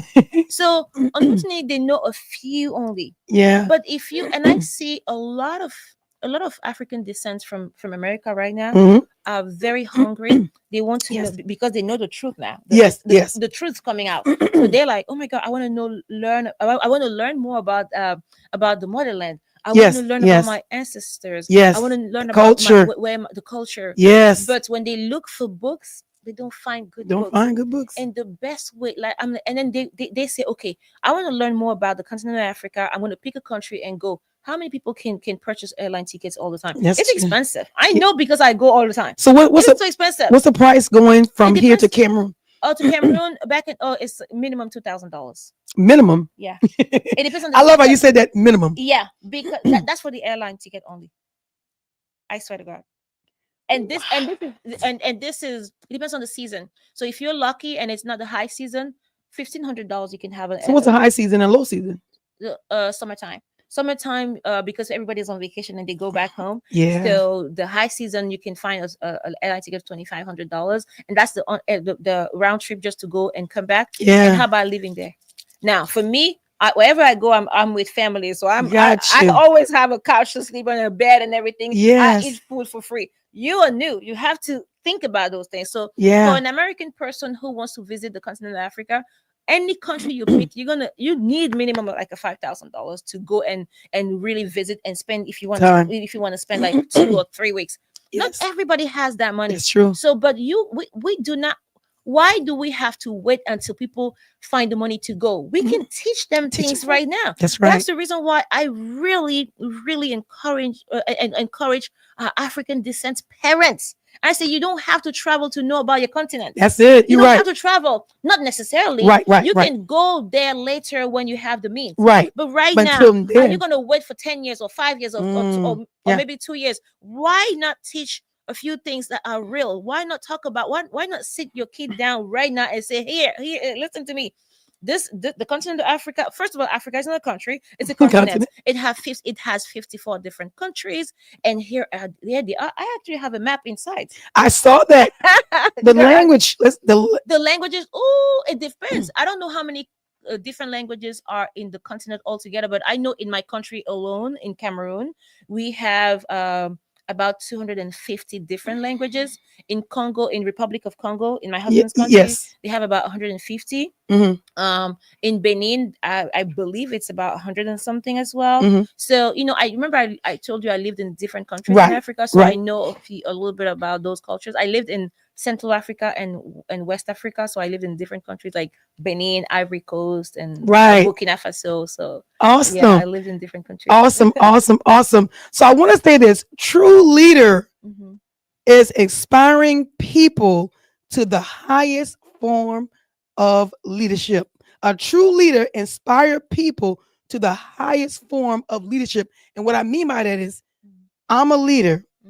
What I know, I want to give to you. I want to inspire you. And that's what you're doing with the youth. I try my best. I really want to make sure that they understand the importance of finding your purpose early in life. Yeah. Because guess what, Yolanda? If you do not know your purpose, then you are distracted. You're distracted. You know what? The Bible says something, right? The Bible says that without vision, the people perish. Do you know what it means? Actually, I think people say it without even understanding. Understand it, yeah. They think perishing here means just dying. That's not true. That's not what it is. Without a vision, the people perish. You know what it means, actually? Where there's no vision, there's no discipline.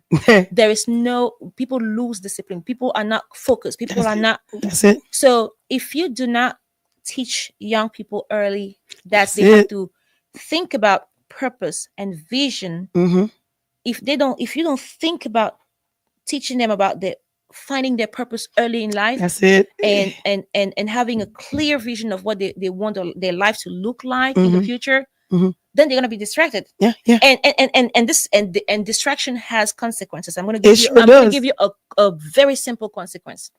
Imagine a kid who is born in this house, and he was born in this house, and God gave him so many great gifts. For example, he can become a great football player in becoming the world champion of maybe soccer team somewhere. Okay. And unfortunately, because he doesn't understand the what purpose is, and he doesn't understand how to be disciplined with the vision. He starts smoking. He starts drinking alcohol early. Guess what? Drinking and alcohol too much and smoking is those two things. By doing those two things, he's actually violating the laws of the body. Yeah. So he's gonna get sick. It doesn't mean that he didn't have the potential to become a successful person. It means that the potential was in his body, but it was dormant. Yeah. And he messed it up with cigarettes. Yeah. Yeah. This is the truth. Yes.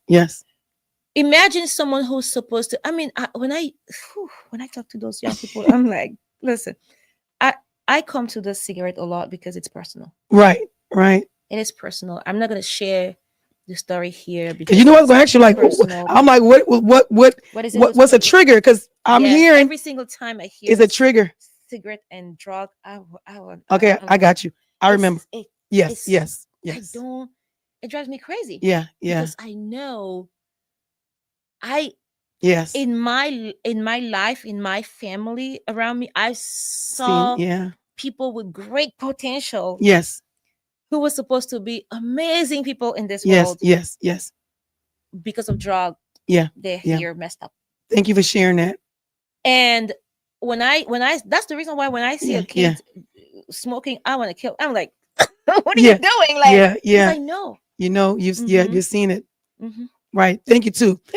It came back to me. It's like, why? But thank you. Yeah. And I get it. It's When you say that, I'm like, okay, like and I'm sorry that it's funny how someone told me the other day, why are you always talking about a cigarette? I'm like, because it's clicked to me, like, could you share with me the reason, for that? And I remember at the last conference I was talking to those kids about. I'm like, I always come back to that because I know what it does. And I'm gonna go back forget about those substances.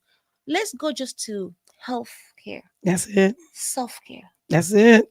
Just self-care. Simple. I tell my kids something. I said, it's the worst thing. I say there's nothing as painful as sitting on a hospital bed with a bunch of dreams in your mind. Come on. That's it. Can you imagine you say, I want to change the world. I want to do this when I grow up. I want to do this. I want to do that. You have all those beautiful, all those dreams, visions, and goals and visions that you want to, and then you didn't take care of you don't take care of your health, and you get sick. What can you do if you can't do nothing on the hospital bed? What can you do? Can't do nothing. And you cannot accuse God of forgetting about you when you are the one who didn't take care of your health. Because that's the first thing that we do. People are like, I wasn't lucky enough. I was not. He forgot about me. What are you eating? Yeah. Do you walk out? Yeah. Do you drink your water? Yeah. Do you try your best to sleep well? Most importantly, your mental health. Are you supporting that? Or where are you sending the emotions, the negative emotions? So, what do you do with what do you do with that? So many. So that's my like listen. Yes, and I know I touch you. I know it's okay. Your lane. It's okay because I just said today on live, it's bigger than just mixing herbs. Yes. It's bigger than mixing juices and it's bigger than that. It's bigger. It's bigger than that. It's bigger. It's more to. It's more to that health. It's all about fulfilling your purpose. Yeah. Because at the end of the day, you don't want to get to the end of your life and say, "Oh my God, I wish." Yeah. I mean, try your best. And I was just talking to a young lady the other day. I think it was like 2 weeks ago. She told me she's 17, and I said to her, she said, I don't know what we were talking about. We were talking about food, right? And she said, "Oh, I don't eat veggies." And I said, "Why not?" She said, "They're nasty. I never touch that. I don't want." I'm like, "What do you eat?" And everything that I talk about, she's like, "I don't touch it. I don't want it." And I'm like, she's like, and the word she uses is, "It's nasty." Yeah, I'm like, yeah. What did veggies do to you? She's like, Something I happened don't as a think kid. I was asking that. She said, "No, my parent didn't feed me that, and I was very picky when I was younger, so I now I'm like, I don't want to touch it." I'm like, "Okay, so you're very picky." She said, "Yeah, I'm picky." I said, "But what do you eat?" She said, "I eat French fries." She's 17. "I eat French fries and chicken nugget." I said, "That's all?" She said, "Yes." My heart was broken, and I'm saying this to say, I didn't want to. I say I'm not judging, but I'm judging right now. I told her, I'm like, I'm not judging, I'm judging, but I'm. And then she was like, "Why?" I'm like, "Okay, cool. You're 17 years old, and I have a 17-year-old girl at home. So I can only imagine your life and your health if you continue. If you continue like that." And I left it like that. I saw her again last week, because that was like 2 weeks ago, and I kept seeing her drinking a lot of ice. So she kept taking icy water, ice water. I called her and I said, "Listen, you see," I said to her, "You know what? If you have a chance when you go to your next doctor's appointment, can you ask them to check your iron level?" She was like, she said, "Why you say that?" I said, "You're eating a lot of ice. It's not, something is wrong. I'm sorry, but," and I kept saying it. She's like, "How did you know?" "Yeah, I know. And they told me." And I'm like, "You know what, Missy?" And she just didn't want to listen to me. And I said, "I'm sure your parents are begging you right now to try." She said, "Yeah, they're telling me, but I don't want to, you know." And I said to her, I took her hands and I said, "Little girl, come on. Remember, I told you I have a 17-year-old daughter. You're 17. Come on, I'm going to hold your hand." I took her hand and I said, "I'll tell you something. Close your eyes and imagine your life 30 years from now, if you continue this.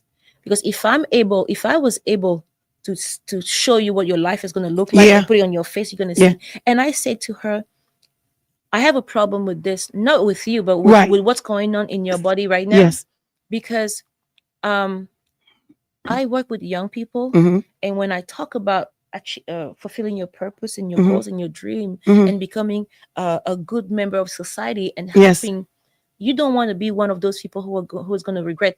I was in nursing. I worked in assisted living. I saw people, those elderly. I can see that there's a huge difference between a 60-year-old woman who walks out and who takes care of herself and a 60-year-old woman who neglected her health her entire life. You could see the difference. You can see the difference. Yeah. And I said, "You don't." And I said, "You don't want to be there." And what did she say? She didn't say anything. She was like, she got it. She listened. She listened to me. Again, those young people, it's funny how they will listen to me and they will listen to their parents. Same thing. It's crazy. That's why we have to be so, we have to be so gentle and delicate when you have a youth. Because when you gain the youth, that's a blessing. But when you lose them, and there's a difference.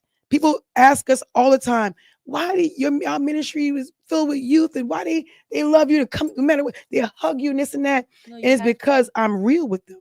And they're the future, Mama. And if they see you fake and phony with them, you've lost them. They're not going to, they're not going to listen. So it's better to be upfront and to be honest. So the quote before we get into your book, not a quote, but with Miles Monroe, and I wrote this down, and I want you guys to get it, right? He says, true leadership focus on purpose, passion, principles, and the interests of the people, and one other word to seal the deal: vision. Y'all listen, thanks for tuning in with Tea Talk with Prophetess. Why? Right quick, y'all. I didn't pay no bills. I didn't pay no bills. Y'all, the conversation was deep. I wanted you guys to get it. Y'all, listen, I love you. Listen, when we going back and talk about culture, listen. And y'all, my voice is so raspy. I'm raspy anyways. But y'all, I'm coming off a podcast from Saturday. I'm coming off Sunday service as well. And y'all, listen, yesterday I rest, but I said, I got to get ready for this podcast. I got to get ready for this podcast. So right quick, y'all, we're going to Takima Bowers of Takima Bowers Agency, y'all. I'm excited for this young lady, y'all. She's doing a thing. She's doing a thing out there, Takima Bowers. Y'all, she's in a play. And y'all, listen, I still have more tickets to give away as well. Are you guys still in with us? Are y'all still tuned in? Listen, right quick, y'all, right quick, right quick.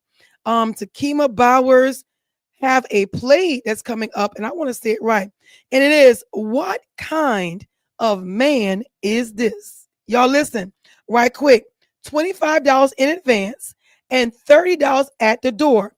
March 15th. Matter of fact, that's my mom's birthday. And shout out, y'all, to Logan. That's Logan's birthday as well. My mom excited, Lucie, about going to this. My mom would be 70. My mom this year, my mom will be 70 on March 15, and my dad will be 75. So March 15, y'all, check it out. Takima, she's gonna be I want to say actress. She's gonna be one of the I said co-host, but she'll be one of the starring guests there, y'all, with some other people in the low country, y'all, that doing their thing. It's going to be at the Carrollton County Civic Center, 494 Hampton Street, y'all. You know, Walterboro, South Carolina. You know, Walterboro, South Kakalaki. Also, y'all, right quick, Takima Bowers Agency says, join the team, dream bigger.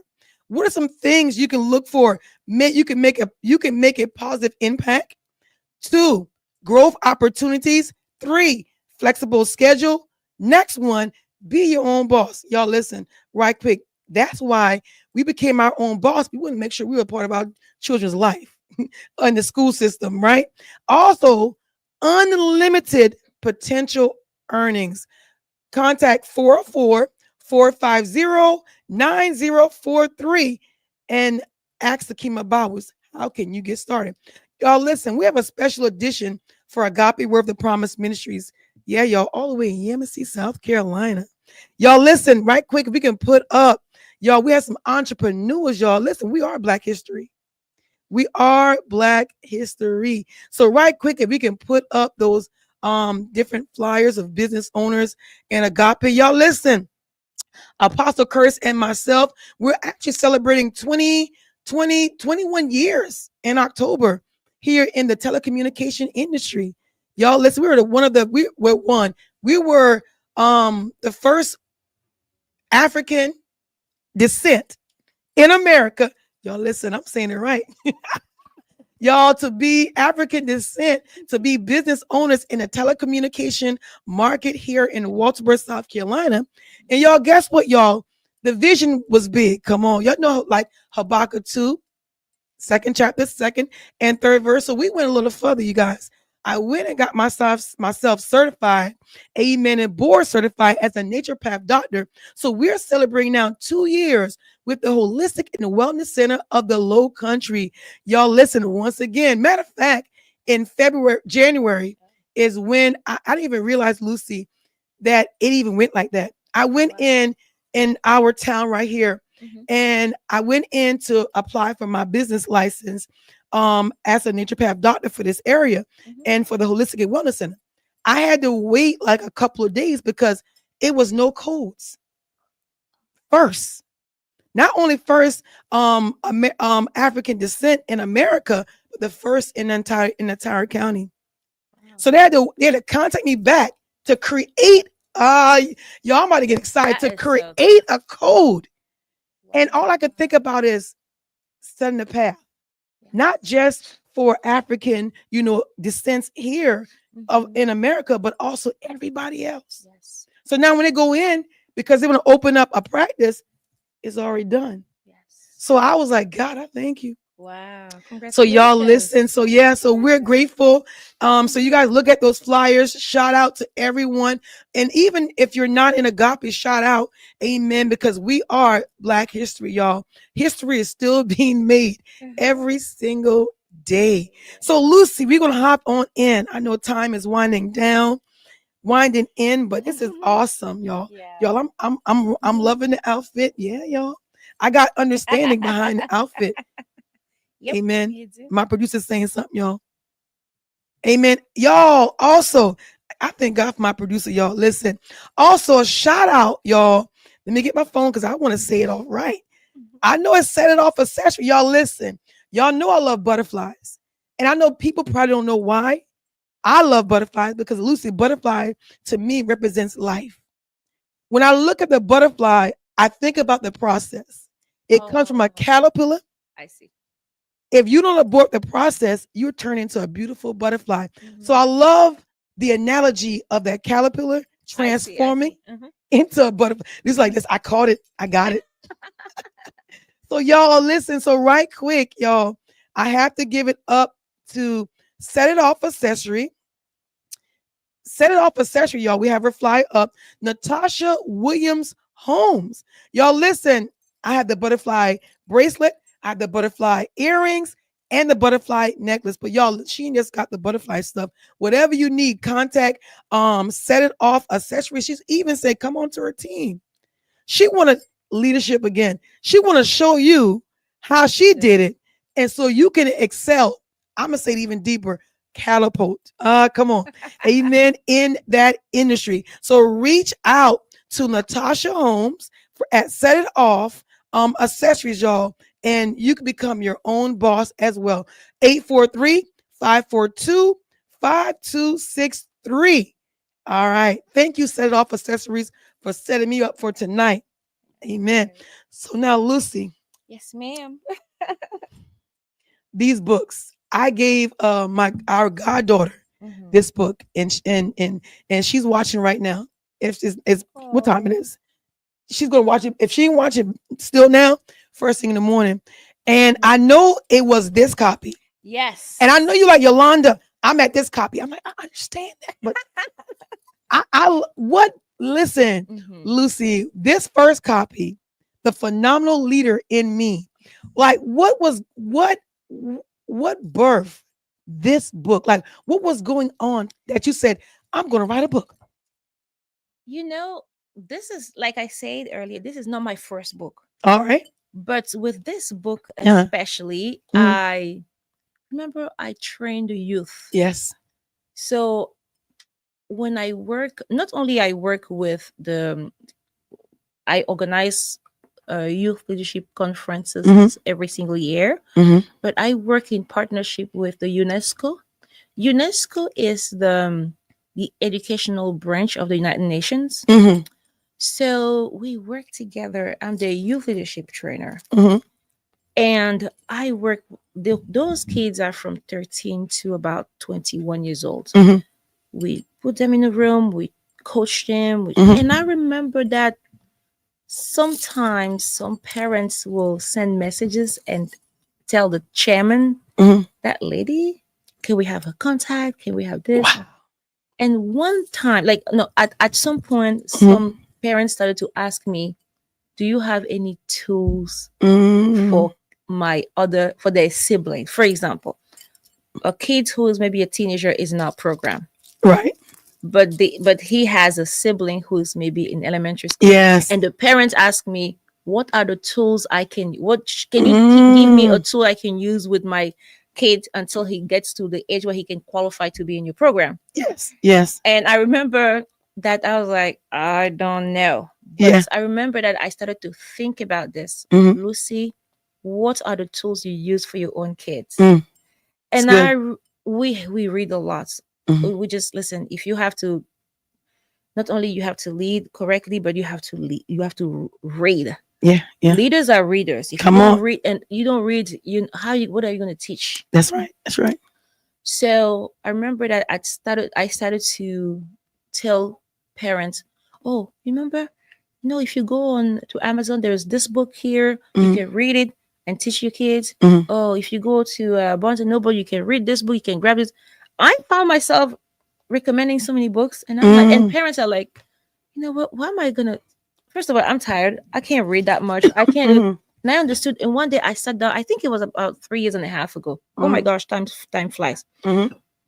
2 years and a half ago, I sat down and I said, you know what? This question comes back often. Often. I want to try to I don't want to teach the little babies. That's not where I don't Right. feel called to them. Right. But I want to try to gather some very simple key principle that will be a great foundation for servant leadership. Right. for kids Right. from 5 years old to like 13 years old, Right. right before the age of puberty. Right. I'm Right. going to gather those those key principles, and I'm going to help parents teach their kids at home when I'm not there. Mm. That's how I came about. I started to think about it, and I wrote the book. And it's hard to teach principles to kids without, by telling them this is what it means, this is what it Right. means. Right. So I realized that if you want to teach a kid something, Mhm. you have to tell them stories. Remember, facts tell, stories sell. That's it. Kids are Say that one more time. facts tell and stories sell. Mm-hmm. Kids are drawn to stories. So I had to find a way to create once upon a time stories so that kids can imagine. They love stories. Mm-hmm. They can imagine themselves in the story. Mm-hmm. That's how they're going to learn. Mm-hmm. Now, when I was done with that part, I had to think, Lucie, this is not going to work if you can bring it back to reality. Because if you just tell stories, it seems like it's just fiction. Mm. And I have a brother of mine who said, Lucie, they need real life experience. They have real life examples. I had to Google leaders and everything. Now, remember, some parents are going to be like, the leaders you put them, they're not perfect. There's no perfect leader. I went for every single key principle that I was teaching. I had to look in society who either this is the key message or talks about it or emphasize that a lot or leaves that. Yeah. So I had to find, and I found key, actual leaders for the entire world. So this book actually is a universal book. Gotcha. That's the reason why you see kids from every background, race. Gotcha. And so this book is for every single child in the entire world. And I love this book. This is my first. I love it so much because this is my first book for kids. Gotcha. And if you see, I actually what I said here is to every child who aspires to change the world. Gotcha. I dedicate this to every single human being who was born and who was created at the image of God. Right. So now at least go ahead, I finished when I finished with the original version. I felt like, you know what, I speak French, so and my French speaking people were like, yeah, right, you're always doing things for English speaking people. So I did the French version. I wrote that. So I had to rewrite the book in French because when you go from one language to another one, you cannot translate. We don't translate stuff. You cannot translate because translation, you lose value, you lose things in translation. You have to rewrite. You know what? You said something right. You cannot translate. You know what? Right. I'm so glad that I speak both languages because here's the thing. If you give this to someone who translates, he's going to translate and then I'm going to read and say, that's not what I meant. You know, and what I say that bring with the Bible. I always tell people, try not to use so many different translation because you get lost in it and the meaning of it. So I say, please first read the King James first and then follow through. Yeah, the others. I usually do NIV and King James. Yeah, I stick with those two. And NIV is really good with practical stuff. Yeah, and King James. So anyway, so I say stick first. The first thing is King James. Read about King James first. Then do another translation, like you say. And NIV is really good. It is, yeah. NIV is really good for actual, like real life. I love it. Yeah, I love it. Yeah, but it's what you just said a minute ago. You said you couldn't translate. So you had to write a whole book in French. I had to rewrite the book. Gotcha. I had to read it because I really wanted. So I took But now for the Spanish version, because it's the original version. Wait a minute now. No, hold on a second. You have an English? No. So the original book is this one. Yes. The phenomenal leader in me comes in. This is the original version, right? Mm-hmm. And then I had to rewrite in French because it comes from me. So I had to make sure it gives the people what I really, the essence. But for the Spanish version, because I wanted to reach kids who speak Spanish, I'm so glad that my editor speaks Spanish, and she understood the vision of this book. So she's the one who she hired someone who translated the book and then she read it herself. So this book is the translation, but this is the translation of the book. But this is actually so the original again comes in 3 languages: French, English, and Spanish. That's amazing. Yes. So that's what I was saying.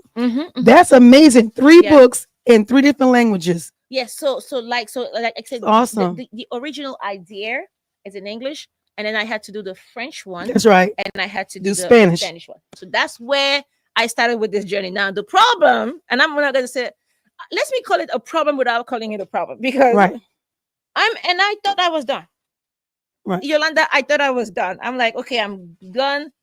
This book, I'm going to focus on that, and it sells well. People are buying it everywhere. I went to Europe. I did a tour.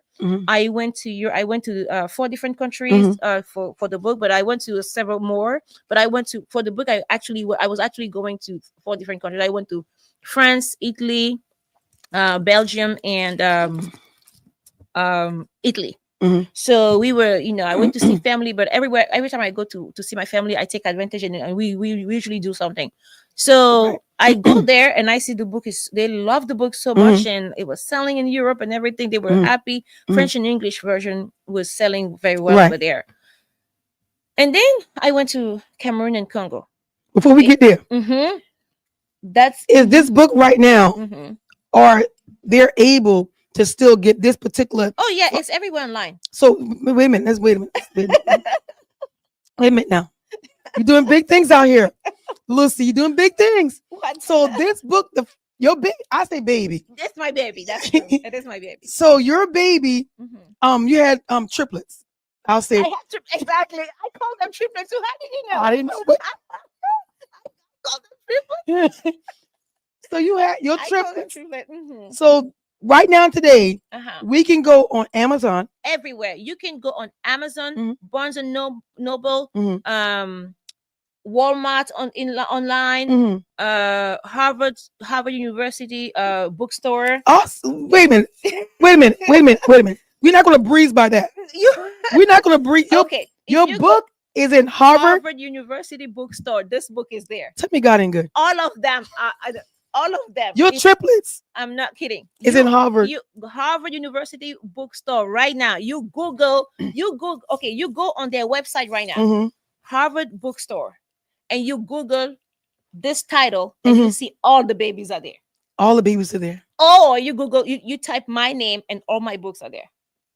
They carry my books. We gotta give it up, y'all, right there. I mean, listen. I know we got the mic up top, Lucie up top. Oh. Listen, they are there right now. I actually checked today to see if they were still there. They're still there.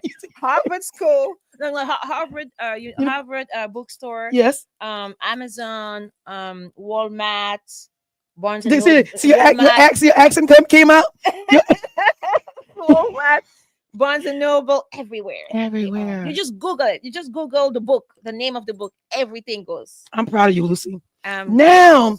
Yes. I know you're itching to get to your next baby. Yes, because that's the I know you're getting to. You want to get to your next baby. Yes.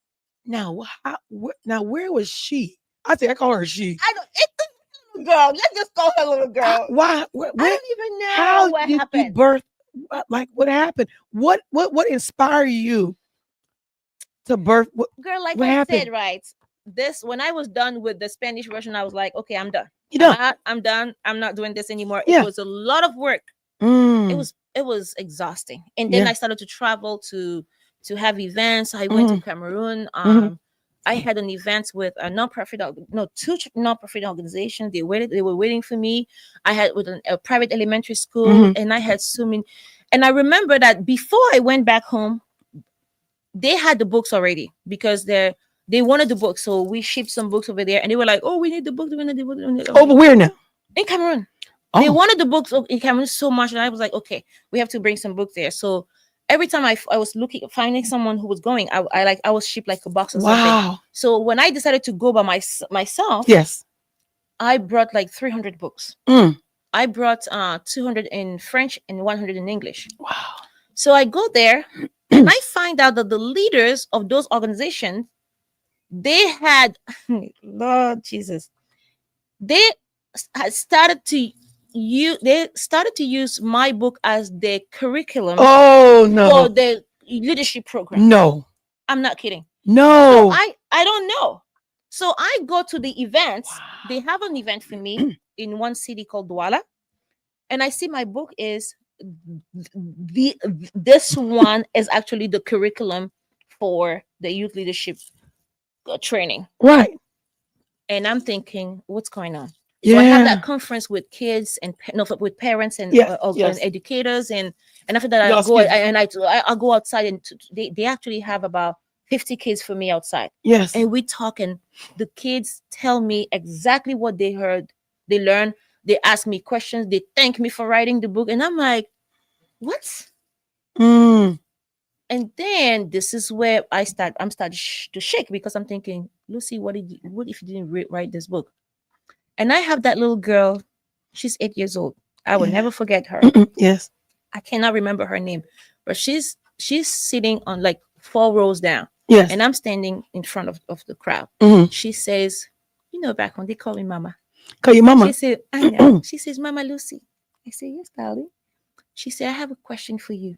After all those beautiful questions, and then she says, do you think we here as kids as smart as white children in America where you come from?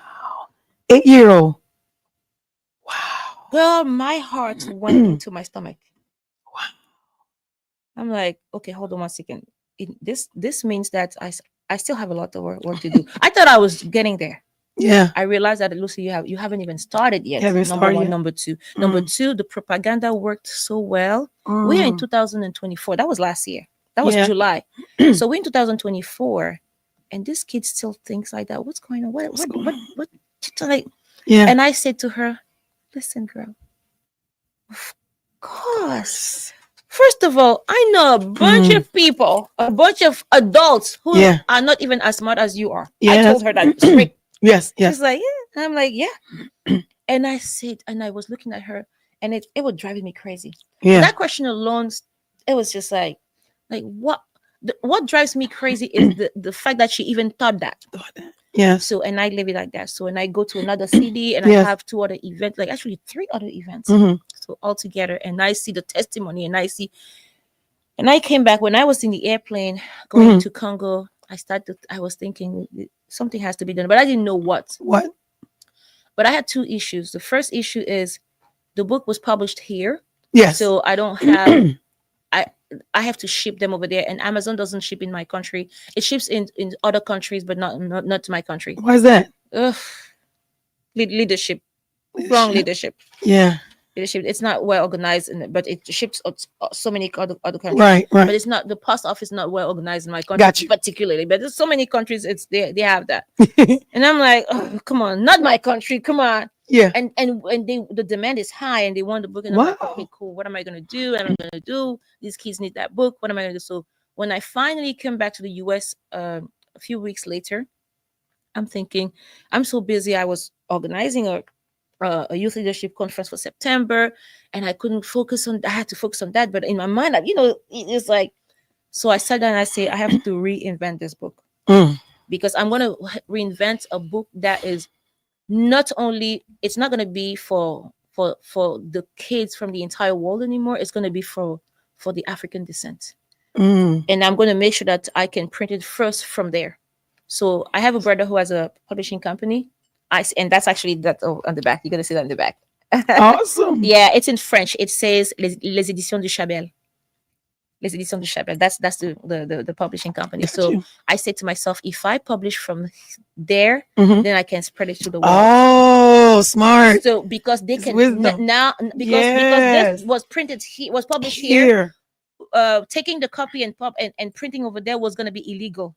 I don't want to do it. Yes. So I had to recreate. So I'm saying, you know what? I'm gonna recreate another version that, first of all, it has to talk to the Black kids. Yes. It has to talk to those kids. It has to. I realized that we have to. I have so much work to do. I have to work on that self-esteem thing. Yes. I have to go back and unroot the things that were planted, the seeds that even parents plant in the hearts of their kids because they just don't know. How come in 2024 your kids ask that question? Because the parents didn't do a good job. 2025. Or society, and because the girl, I'm so upset right now. So Wow. sorry. Are you good? You're good. So I'm like, Lucy, you have too much work to do. So I went back. I started to write again. I went back to the Yeah. to my manuscript. I kept the once upon a time, once upon a time stories, Yes. but I changed the names. You see how Mm. in those, so now the names, I have African names, like authentic names. I have a bunch of names from North Africa, South Africa, Yeah. Central, East, Yes. West. Yes. Like Yes. if an African kid reads this book, he can see the Understand. names. And Mhm. then I'm thinking, okay, the real life examples have to be from people they can relate to. Relate to. But here's the thing: instead of taking only um African leaders from the continent, Yes. I took African descent from outside of from the continent as well. So Gotcha. I kept some American ones, and I kept some, for example, Dr. Miles Monroe at the end Yes. as service, because Yes.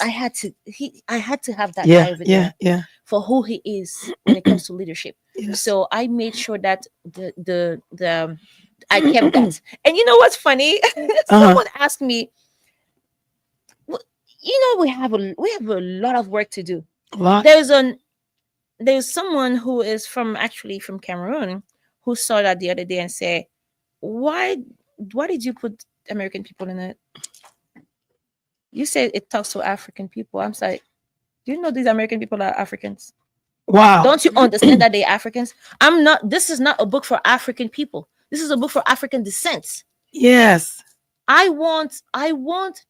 Remember that we were affected by colonization, but they're affected by slavery, Yeah. and we African descent today Yeah.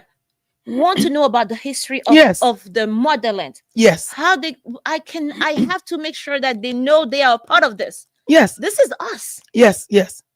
This is us. I can't. Yes. It allows by having descendant of slaves and people who stayed in the continent in the same book. I accomplished two books, or two goals right now. Yes. The Yes. first goal Yes. is I'm telling the African kids who is still on the continent right now that these are your brothers and sisters over there. And this is what I'm telling them. I'm Yes. telling them, listen to me. The continent of Africa shipped their greatness outside of the continent. Does that make sense? Yes. I'm Yes. telling the African kid who is still living on the continent that your greatness was shipped overseas. Yes.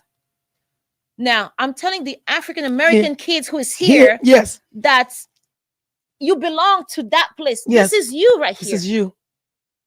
Wow. That's what I'm doing by keeping both. I cannot separate You both. can't separate it. That's good. I can't. So coming back to that man who's an African American man who says, why sharing a book on an African American platform when it talks about Africa? Bro, you're African. I'm so sorry, you are. Yes. Do you want me to break the news to It's the you? reality. Do you want me to break the news to you? You are an African man. Yes. You think you were just born here. Yeah. But your ancestor came from there. Don't you want to know about how they live there? Don't you want to know about the history they don't tell you about? Do you understand that if you don't know about where you the come from, beautiful stories and the greatness of your people, it affects the way you think about you and yourself? Don't you know that? You better come on, Lucy. If every single time you hear about the African continent, you only hear about the negative stuff, it affects you. You come from there, bro. You coming from there. Yes. Your ancestor came from Africa. Yes. Meaning, if someone talks trash about Africa, they talk trash about you. They're talking trash about you. So you better get up and say, hey, I want to know about the greatness of where my ancestors come from. And this is it right here. I'm telling you, Yolanda, the examples that I have here, I have so many great examples here that the media doesn't talk about. Wow. Because whenever they talk about the examples of African leaders, they only talk about those crazy dictators. Yeah. I don't have any dictator here. Yeah. You're not going to see any dictator. I see, listen, and the people that I have here, it's not only politicians. That's it. I have doctors. I have scientists. I have a chef. Yeah. I have music. I have arts. Yes. Do you know why I'm doing this? I understand.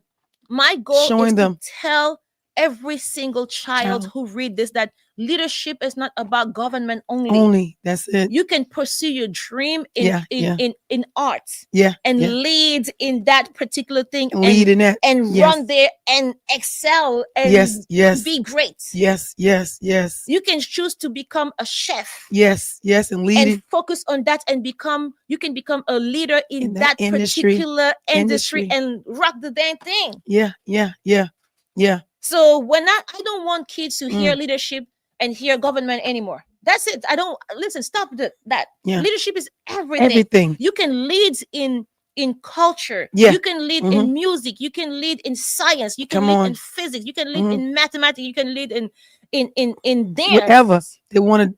Yeah. In it's unlimited. In art. That's leadership. That's leadership. Leadership is not the reason. Let me say this real quick. When I tell go ahead. Go ahead.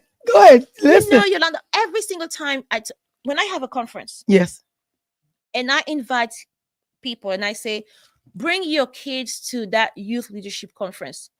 They're like, my kid is not a leader. How do you know? Yes. God created a leader and he put it in your hands and you want to take them down? That's it. You telling your kids he's not a leader, how do you know? How do you know?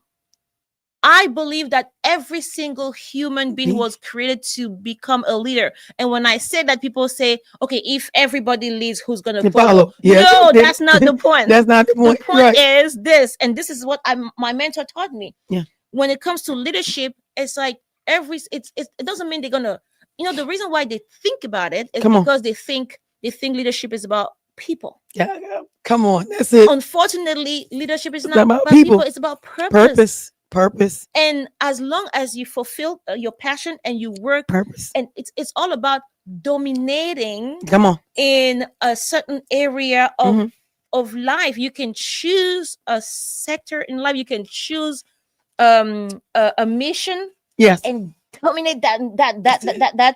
That's it. Pick your lane and dominate that lane. I was just talking about that today. Pick the lane. Pick the lane. Focus on that lane. And go there, work hard, and lead in that lane. That's all you have to do. That's all you have to do. That's what leadership is. That's it. That's the reason why I have so many different, it's variety of places. It's not. And you know something that you said that sparked inside of me. Our son, he goes at Carson Newman, right? And he's technically a freshman in football, but he's a junior in college. He's ahead. He graduated ahead. And the thing about it is they picked him to be on a panel because other football players are coming in from high school. The only people that's on that panel is where the actual coach see them say they have displayed themselves leadership skills. And we, with our son, he's very humble. So we don't know until we go on the page, school or whatever. Right? He made the dean list or whatever. And we say, well, he said, so he was able to go there and represent. Think about this now. He came from a small town, but he was able to display leadership as he sat there and now telling the parents and telling the students. And that we rejoice inside. Because like we said, the whole entire in the beginning. Yeah. It starts at home. It starts at home. It starts at home. So if you're telling that kid, I'm gonna look in this camera. If you are telling that kid you are not a leader, if you're telling that kid, what the late Miles Rowe said, your voice don't matter. Be seen but not heard. That's Be seen, not heard. We're doing something. We're being oppressive. We oppress our own children. Yeah, come on. Jeez. How do you know? Like the fact that a parent hears about a leadership conference and thinks in his mind or her mind that my kid doesn't belong to that place. Sad. That's sad. How do you know? How do you know? First of all, you belong there, but you don't even believe that you're supposed to lead. And do you know why people don't believe they can lead? Why is that? Because of the again, the concept, they think leadership is about people, and they have that wrong idea of leadership that means that only certain people Can lead. Yeah. Only certain people have that criteria of leadership. Or I'll just sit in the back, or I'm just shy. Listen, that's not good. That's not even good. The late Miles Rowe said that is not, if you proud about, oh, I'm just shy. He said there's nothing to be proud about. I'm telling you that whole clip. I'm shy. That whole thing that the late Miles Rowe said did that whole it changed my perspective. Yes, it is. It's funny how we it's like you're trying to. Let me find a way to say this. Okay, it's like God creates you to do something, and you're gonna tell God, "No, I don't qualify. I'm not qualified." Who are you to tell him this? Come on. He knows what he put in you. It's like, okay, I don't know. Like, okay, it's like the person who built this phone, right? This is a Google phone or whatever. Manufacturer. Okay, this is a Google phone, right? And I imagine I'm the one who built this, and this phone is going to turn around and tell me, I'd say, you know what? I know this phone can take pictures and record videos and everything, and the phone turns around and say, I can't do this. I don't have the potential. How do you know? I put the potential in you. So that's how do I know? How do I know you can do it? Because I put that in you. It's the same thing with God. God created you. Yeah. The manufacturer, he created you, and he already put everything in you. Who are you to tell him he don't have it?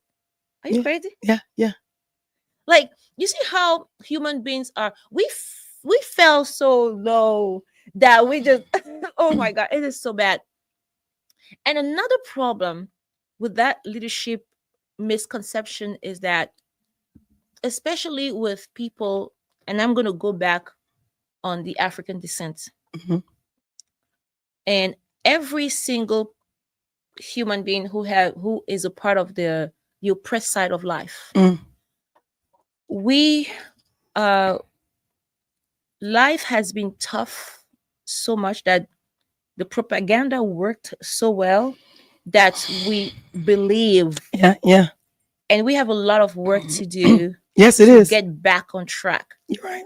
Because when God created the world, he said, when he created the human being. Yeah. Mankind. Adam. Adam, which means, for the Hebrew scholars right there, I don't know if you guys know, for the Hebrew scholars, Adam means dark earth. Okay, do your research. Adam means dark earth. I just had to put that there, and it's true. Yeah. So when he created the human race that he calls Adam, he told that Adam that he said, let us create Adam, and let us give. I'm going to give them dominion. He wasn't talking about a few part of Adam. He said, I'm going to give Adam dominion. So you are created to dominate the world, not human beings. Come on. You are supposed to dominate resources. Come on. Resources. That's it. It means not people. There's no Adam who can dominate another Adam. Come on. You can't do that. Come on. And the reason why, have you noticed that when you talk to a child, if you talk to a child in a respectful manner, they submit. Yeah. When you start to use some kind of aggressive word, they gaslight. They freeze up. They freeze up. You know why? This is a spirit of dominion that says, not on my watch. Yeah. It's in us. That's the reason why you cannot the human spirit wasn't created to be dominant. The human spirit was created to dominate the resources. So that's the reason why, if you want to oppress a human spirit, come on. That's human spirit. One day he can be oppressed today, but one day he's gonna get up. He's gonna get up.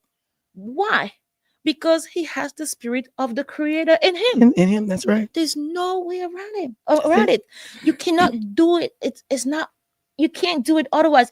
So the oppressed side of life, the African descents have been oppressed a lot. Right. So, but they always find a way to get up because this is the spirit of the Lord.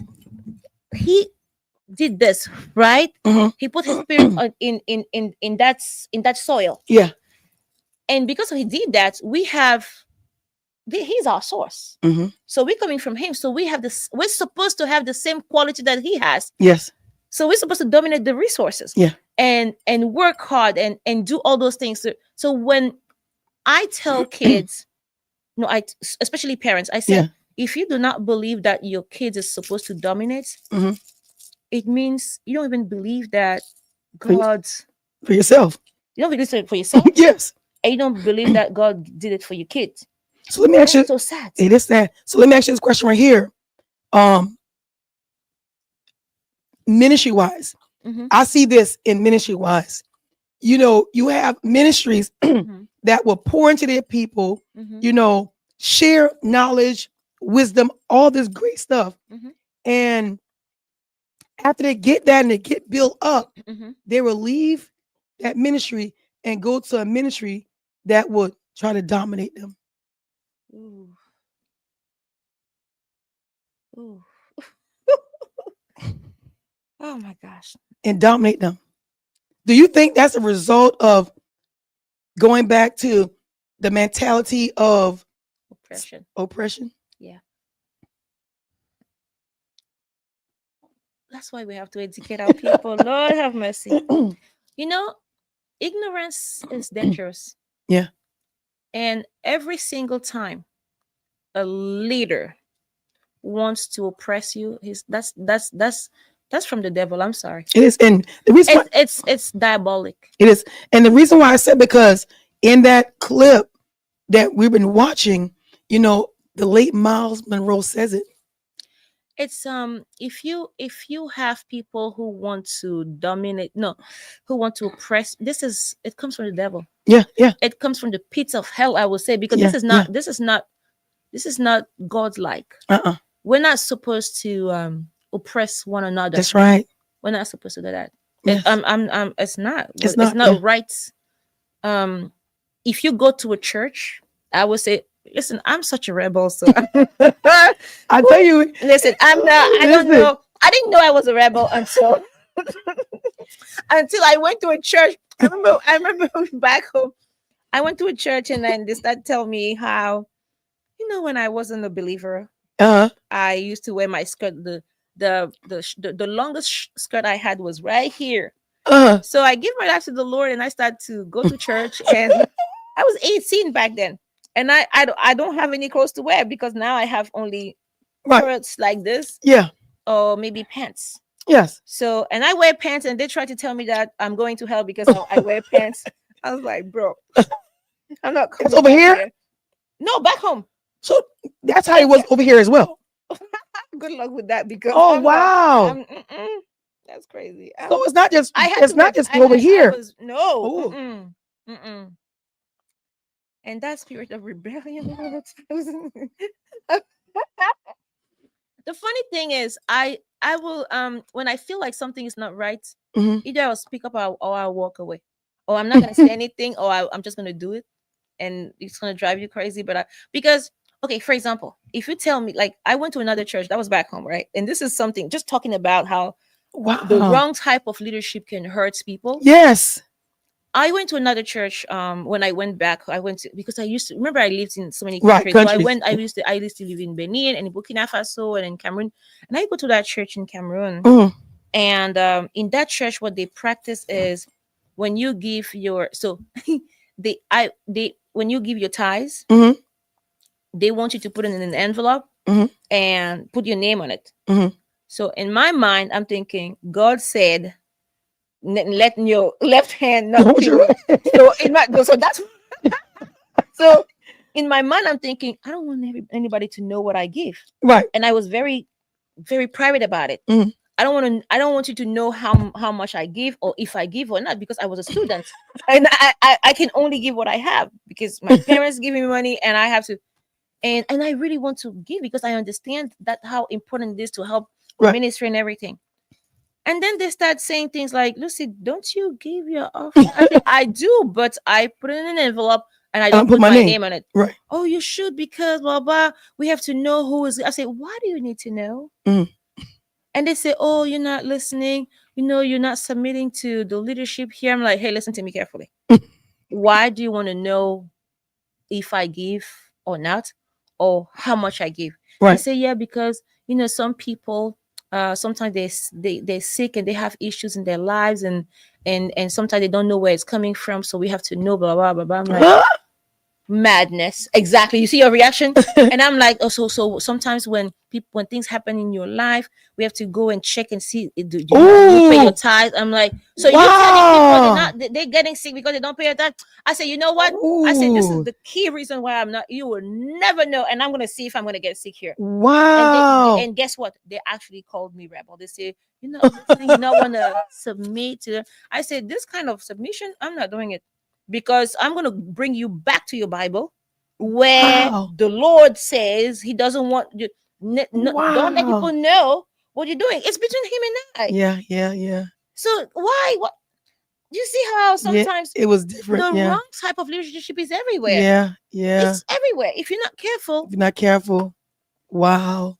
And have you noticed that people who have been oppressed, when they turn around and they start having a little bit of freedom, they tend to oppress their people? That's it. It goes back to with leadership. It's leadership. And it's like what draws that person back. You're under good, and like, this is good to be true. Yes, it's good to be true. Like, it's because when they look at us, like, so we had our ministry. If I feel like wearing a dress, I wear a dress. If I feel like pants, they wear pants. So that particular Sunday, we had some guests, and they told the members, I like to say citizen, they said, y'all church wear pants? Y'all so yeah. And so I'm like, where are we?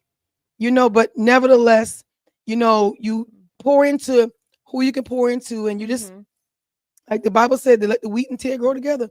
God said at the end, he do the separation. Y'all listen. Luce, before we go, where can we get this book? Everywhere. Everywhere online. Just listen. This is how you find this book. You just Google The Phenomenal Leader in Me, Africa edition. Not African edition. No. Because it's not the African edition. It's not an African edition. It's the edition that talks about Africa. So that's the reason why it's Africa edition. So I started to I published the English version first, and now I have 2 other versions coming. I have the French for, I know we speak English here, so maybe, but we have the French version coming next week. And then the Swahili version coming next month. Yeah. Let me ask you a question. Swahili is one of the multiple languages spoken in Africa, and it's actually one of the most popular. We don't speak Swahili in my country, but it's actually in Eastern Africa, in about maybe 10 different countries there. So I chose to have that language because it's very popular.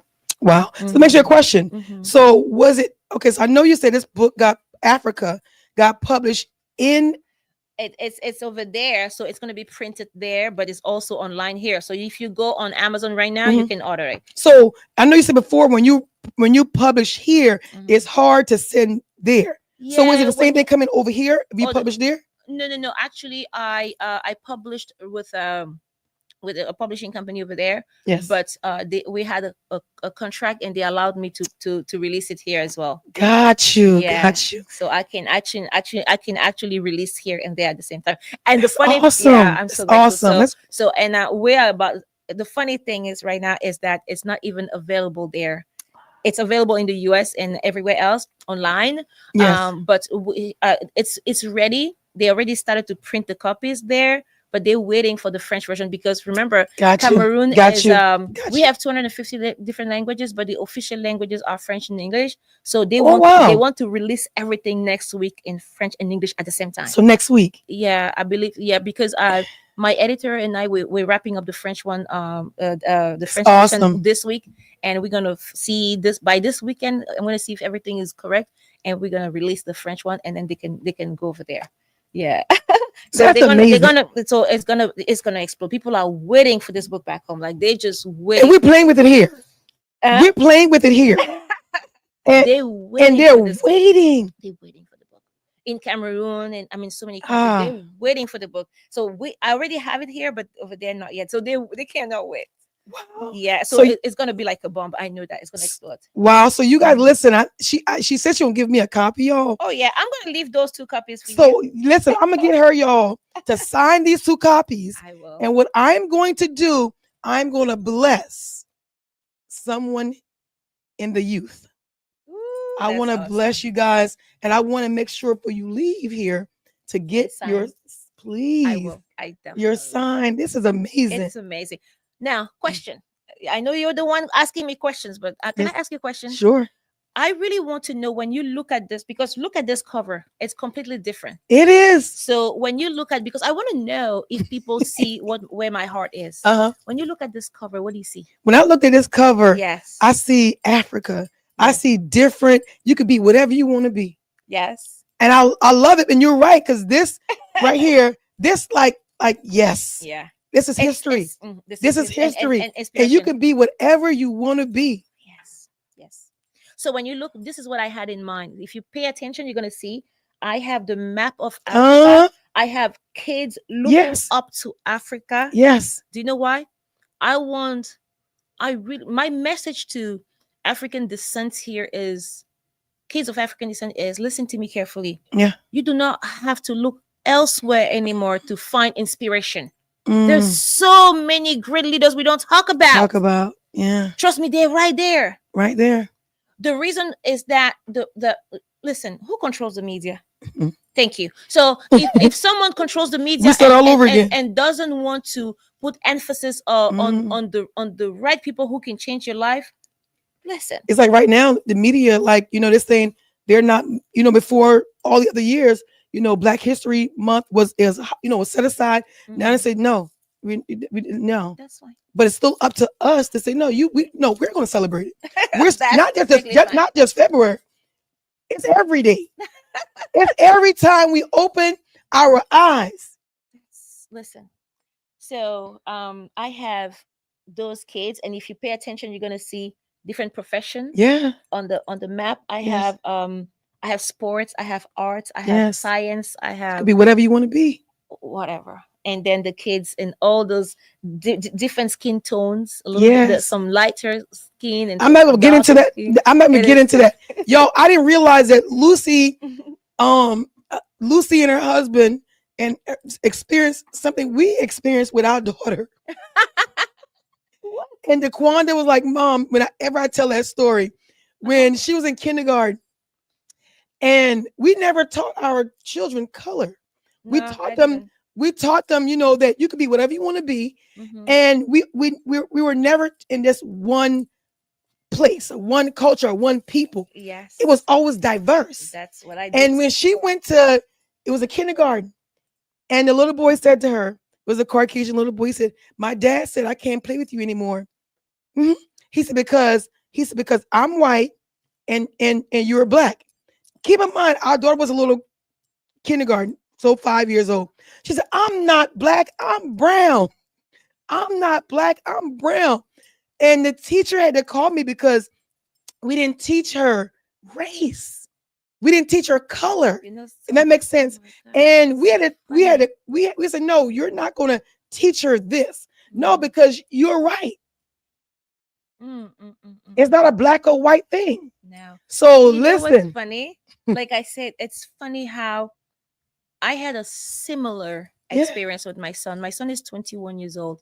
We were in Boston in a city called Brookline. It's a very, it's a Jewish community. It's a lot of Jewish people. So right. It's very, like a very white neighborhood, I would say. We lived there, and my son was in kindergarten.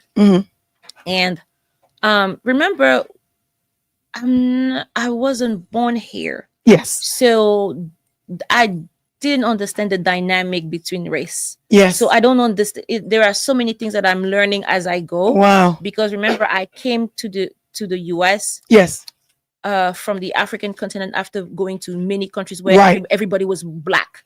So race was not a thing in my mind. So I didn't think about race in the first thing. Gotcha. So my son grows up, and we are in a predominantly white neighborhood. Yes. And he's growing. So he's like, and he knew how to read. Yes. By 2 years old, 3 years old, he was reading the Boston Globe. He was excellent. He was and he goes and he knew his color. He knew everything. So he was kind of bored in school as well, because before the school started, we were teaching him everything. So by the time he goes to school, he knows almost everything. Right. One day, I'm not sharing this background because it's important to understand the context. Yes. I go to school one day to pick him up around like 3 p.m. Yes. 3 to 4. And then the teacher says, "Hi, Lucie, can you come on the side a little bit?" And I said, "Oh, yeah." And I'm kind of scared. I'm like, something happened. Something happened? She said, "I want to talk to you." Yeah. And I said, what happened? Is he okay? Yes. She said, no, everything is fine. But we had a situation here today. Yes. Greg Daniel was playing, the blocks. Right. It was like it's the color of that is it's like blocks. Yeah. It wasn't. Yeah. They were playing and they were building blocks and he was working with he was working with that little girl, a beautiful Caucasian girl. She was blonde. Yes. She had a lot of long hair. I know that little girl. I remember her name, but I can't say it here. Yes. Yes. She's a beautiful, good kid. Yes. So they were playing, they're sharing, and then at some point, he says, "See, this block is brown, just like me." Yes. And the little girl said, "No, you're not brown, you're black." And he said, "No, I'm not black, I'm brown." Yes. And for a kid who knows all his colors, she said, "No, you're not brown, you're black." She gets upset, and he stands up and he says, "No, don't you know your colors? This is brown, and and he shows something else, and he said, "This is black, this is brown, and she said, "No, you're black and I'm white."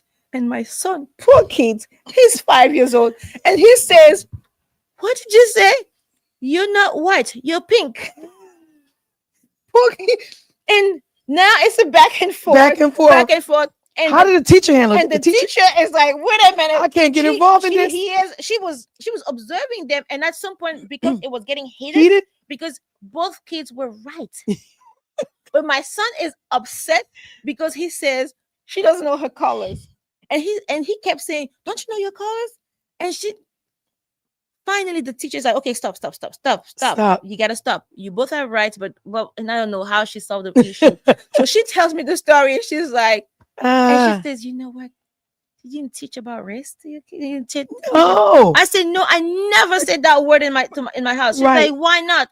I said, "Because it's not necessary. Yes. My kid is just a kid. He's 5 years old and he lives with human beings." Yes. And I don't know why should I tell my kids, "Okay, in school over there, you're the only," because you're labeling now. And unfortunately, okay. And then she says, "Well, I thought it was going to be necessary because he's actually the only darker skin in the class." But he was actually, there were two. Him and then a mixed kid. So everybody else was white. Remember, I'm telling you, this is a white neighborhood. Wow. So he's the only black kid, and then the other kids who's a kid. He's biracial. He's biracial. They say biracial. Yeah, we call it in French métis. So he's say it again? Métis in French. Actually, we also say mulâtre. Mulâtre means how do you say that in English? Mulatto? Oh, melatonin? No. No, Melon? no. No. We say in French mulâtre, meaning okay. How do you? It seems like here you're not supposed to say that because in French we say mulâtre, meaning two races, white and black. Yeah. Mulatre. How do you say that? A second now. Mulatre. MULA. Let me Google that. I'm gonna show you that. Yeah, I'm like, huh? So y'all listen. We try to Yes, end it, and we're back in it. Yes. Wait a minute, y'all. Hold on tight, y'all. Go ahead. Go ahead. No, go ahead. Yeah. So my son is that. No, I want to. You want to see that? Yeah, I want to You talk know about what? that. Let me check that real quick So because you said we don't supposed to say it. no, when I said that to a lady one day, I told her you're not black. You are. In French, we say mulat. She said it was an insult. I had to learn. I'm coming a long way, girl. I had to learn. Do you know how much learning I had to do? Not, well, I can imagine. So I can't. I don't want to. But I guess it'd be the same thing if we go there, Lucie. Oh yeah, you're gonna. We have to learn. I had to make sure I don't offend people here. It's two different cultures. It's okay. MU. Hold on. In English, relax in English. How do you say this word? What is in the English form? You got me on that one. Yeah, it's. You got me on that one. This is something because this is a word that they say you're not supposed to say call mixed kids like that because it's not. So biracial. We say biracial here. Yeah, but in French we say mulâtre. Oh, mulâtre wow. will be all métis. So I'll find it. Yeah. So I mean, because in the Bible says Samaritans. Yeah. so maybe your viewers are gonna know what I'm talking about. Right. So I've never heard. I'm gonna spell the word in French so they can Google it. It's M. It's actually it is MULATRE. But in French, that A has a hat like that. Over it. Got you. But anyway, so the teacher tells me, "Oh no, you were supposed to teach that to your kids," and I'm like, "I don't think so because I don't see the what is the need? Where's the need? Why? Put a label. It's I don't want to label." I'm like, and then she said, "Oh, because especially that there are only two of them in the class. You were supposed to." I'm like, "Girl, stop." So I went home. I get in the car. I'm on my way home. I get my kids in the car, and in the car he's like, "Mommy." He's 5 years old. Remember that. He's like, yes. "Mommy, can you believe this? You don't even know. How can she say black and brown is the same thing?" I'm like, baby. Unfortunately, I had to have that conversation. Because I felt like it was too early, but I had to have that conversation that day. I sat down and I said, "I'm going to explain." I said, "You're right." But I know she's right too, because there's something called race. Yeah. And in the world, people who are born in this envelope, yeah, we call them black. But he said, "Mama, that's not right because it's not black." I said, "I know, but and he said, but the other one is not white, it's pink." I'm like, "It's not even real pink. It's kind of like," he's like, I said, "Okay, let's just get past this, right?" God have mercy. It's hard. But you know what? This is the world we live in. This is the world we live in. And sometimes as they were growing, I was about to ask you about that. As they were growing, I had to sit down and explain a few things. Right. For example, why can't you do certain things? For example, right. You try to teach your kids about honesty and everything. Yes. But you have to protect them as well. Yeah. I remember, and I'm not gonna hold your audience too long, but I have to tell this story one now. And I hope, and I'm hoping by saying this that some Caucasian people are listening to me right now. Yes. And I'm talking to them because look at that camera right there. Yes, I'm going to tell you a story about some. I can share so many episodes. Right. But when my son he was just a young teenager. He's 21 now, a young man. He was about 14. And we go to a predominantly white church. Yes. And he has a bunch of, if you go to a white church, then you have only white friends. Yes. Yes. So my son has a group of friends that they love each other. They are such great kids.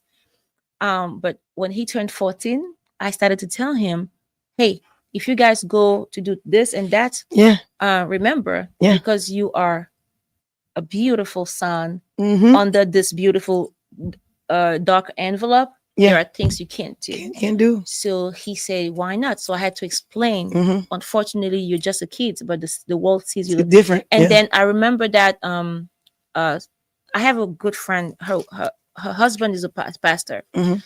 She said to me, "You're not supposed to teach." She's Caucasian, so she tells me you're not supposed to teach your kids that because that's not being Christian. This is. Mm-hmm.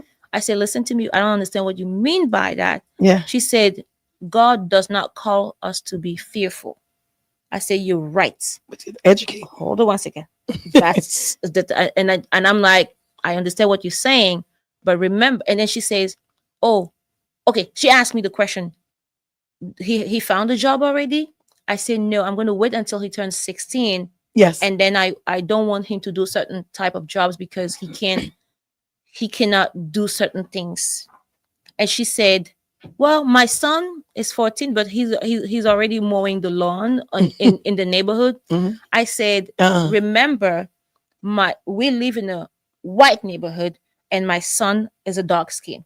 Yes. I don't want him to go and mow the lawn to do that type of job. Yes. Because she said, why not? My son does it. I said, you are white in a white neighborhood. It's okay. My son is black in a white neighborhood. What if someone calls him and calls the police and says they saw a black kid trying to steal and everything?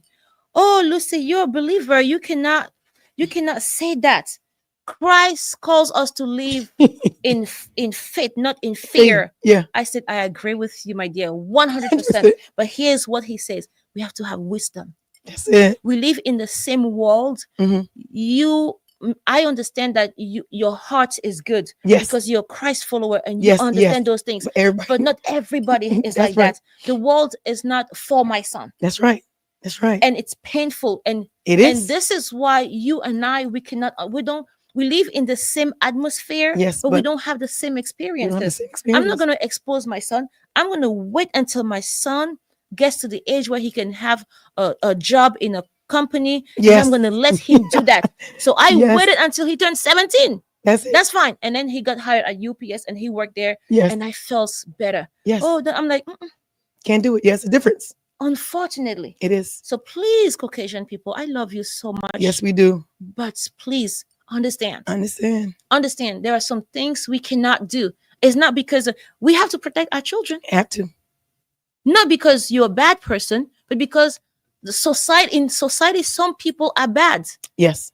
And they want to hurt our children. Yes. So we have to protect them. Yes. It's not because I don't have faith. I have wisdom.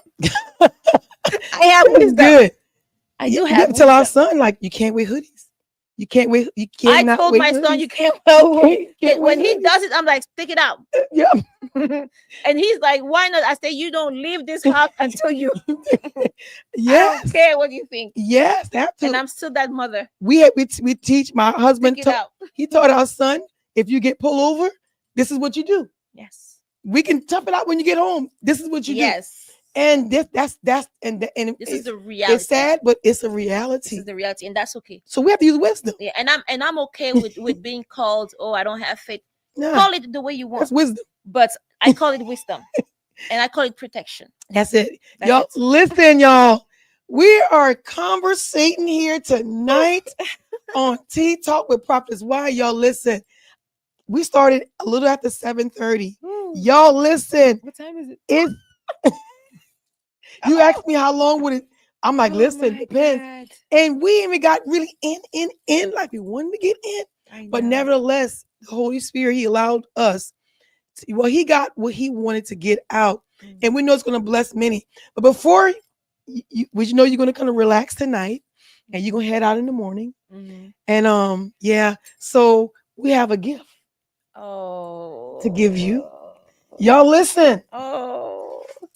So, thank you. I know you're not back home, but I know moringa. Oh, I love moringa. Moringa. I love listen, moringa. is back home. So I have some moringa in here. Yes. I have some elderberry in here. And I also have some organic green tea in here as well. That's good. All right, so we want to give you this. That is so cool. This is so good. I can see the moringa leaves right here. Yeah. Because I know what they are. Yes. I can see that. Yes. Yes.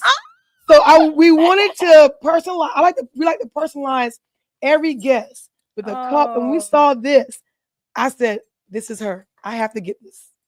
Oh, thank you so much. So we want to give y'all. Listen, Oh, y'all thank you see. so much. I love We that. want to give you this as well. We know you. Listen, she's gonna get her miles in. She's gonna get her workout in. Yep.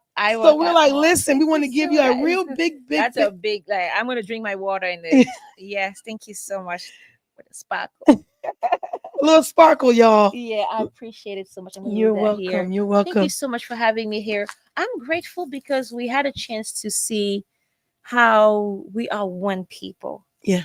We are one people. We go through the same things without going through the same things exactly. You're talking right. We have to get it together, guys. Like we have to. I think African descents have to get it together real quick. So I want you to look in that camera for your closing remarks for both. African descent of America and African descent. You kind of said it earlier a minute ago about coming together. So what final words will you give the African American descent? I will say and African as well. Yes. Both.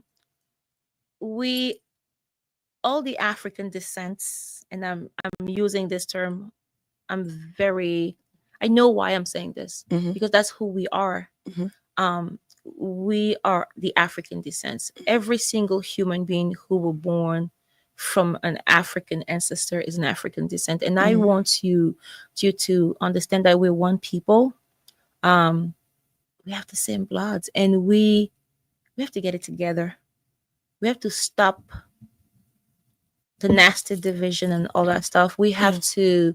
Sometimes we say things like, "Oh, these people, oh, the other people." Understand that the lack of understanding between the two cultures was created by the fact that it was a misinformation. So if someone tells you something about your brother and repeats that over and over again, if you don't go and verify that information and check and see if it's true or not true, you're gonna start believing that, and it's gonna affect the way you it's gonna affect your perception of your brother or your sister, and that's very dangerous. So for us to finally get to where we're trying to go, we have to learn about each other. I had to do a lot of work to understand my brothers who are descendants of slaves. And I believe, and I know Yolanda is doing a lot of work to understand the African culture. And like I always say, one side was enslaved and the other side colonized. But either way, we have a lot of work to do to go back and root, like take out the misinformation that was put in our mind, and learn and relearn. We have to unlearn so many things and learn the right information immediately, so that we can move forward and help our children, because our parents did their parts. Our generation is doing our parts. Now we have to put the proper foundation in our children so that they're gonna pick it up and move forward with that. So when we tell and I mean whole, as in a people, as in our Caucasian sisters and brothers, Latina, all the other. What can we say as a people, as a whole? To the other people? Yeah, because at the end of the day, when we get to when Judgment Day, God not gonna look at black. He's not gonna look at African descent. He ain't gonna look at any descent. He's gonna look at us as a people. So what as a people? As a people, especially our brothers and sisters. Not just African descent. Yes. All of you know what? there's it's very dangerous to think or to even believe that we're different. It's actually, it's that's diabolic. Yeah. Because I believe that the devil did a great job at separating human beings. And he has one job: divide and conquer. Come on. Divide and destroy. Come on. That's what the devil does. Yeah. And if you are going to assume certain things about a human being created at the image of God, just because God chose to put his spirit in a different envelope than yours, you are the problem. So we have to be careful. And I want to call my like my brothers and sisters in Christ, especially if you believe in Christ and you are one of those people who say Christ is my Lord and Savior. If you ever say that if it ever left your mouth, like your mouth one day, then you should believe and you should understand that God created all human beings to dominate the world, not each other, but the entire the resources. And you should do a lot of work to unlearn the things that society taught you, because unfortunately we are all victims. Even Caucasians are victims of the miseducation, right? And it's their responsibility to learn the truth about human race and history. They have to learn, because I promise you guys, if you do not learn, not only you hurting yourself, you're missing out, and you're hurting your own children. Because it's about time we raise our children in truth. If you do not tell the truth to your kids, you're hurting them, because they're gonna grow thinking that they can judge people by the look, by the way they look, when it's nothing. It's just the envelope. We all have the Spirit of God. He did this in Adam, and that's what it is. Adam is one race. We have one race. That's the Adam race. That's all. And if you don't understand that, you're hurting yourself, because you're missing out. And remember this: learn about other people, cultures, because whenever human beings are afraid of what we don't know. Does that make sense? We are usually scared of what we don't know. That's the reason why I try my best to get involved in so many things. I try to have friends from any background, cultures, and everything, because I understand that's the beauty of God. If God calls somebody his child, who am I to say he's not? That's right. So, and I want to call all people from different backgrounds and races and all that stuff. Do the same. That's it. That's it. And it's on both sides. It's on both sides. Us as well, understanding the Caucasian side, we have to learn the culture, and that's where I think we can be on a common ground. Amen. And love people for who they are. Amen. So you guys listen, I know it was a long podcast on tonight, but it was an informative one. It's good. Amen. Glory to God. Loving people where they are. Amen. Glory to God. So y'all know we end each live. Before I end this with Habakkuk 2 and 2 and 3. Thanks again, Lucie, for coming on Tea Talk with Prophetess Wise podcast. Thanks for coming all the way down here to the Carolinas, the other part of Carolinas. Now you can take the cold back with you now. I will. I take it back tomorrow. You can take it back with you. I will. Amen. Because when you said, is it snowing there? I'm like, no, it's snow like that. Nevertheless, when you ask that, it's like, bam, cold just came. I'm like, what happened? Now, y'all, I'm going to rest my voice tomorrow. I'm going to rest my voice on tomorrow. But nevertheless, thank you guys for tuning in, for sticking in on Tea Talk with Prophetess Y. You guys, I want to leave this scripture with you guys. Habakkuk 2, 2nd chapter, 2nd verse.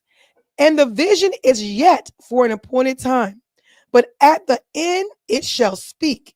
No, before I go to y'all, go to the second verse. And the Lord answered me, talking to Habakkuk, and said, write the vision, make it plain upon tables, that he may run that readeth it. The third verse, the vision is yet for an appointed time, but at the end it shall speak and not lie. Though it tarry, wait for it, because it will surely come. It will not tarry. Y'all listen, don't forget, write your vision, make it plain. Whatever God has placed inside you, you go out and do what with God has given you. Because guess what? He's giving you capabilities. He's giving you all the resource.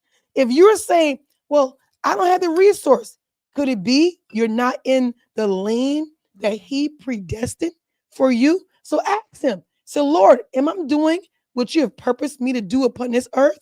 And I promise you, your vision will not tarry.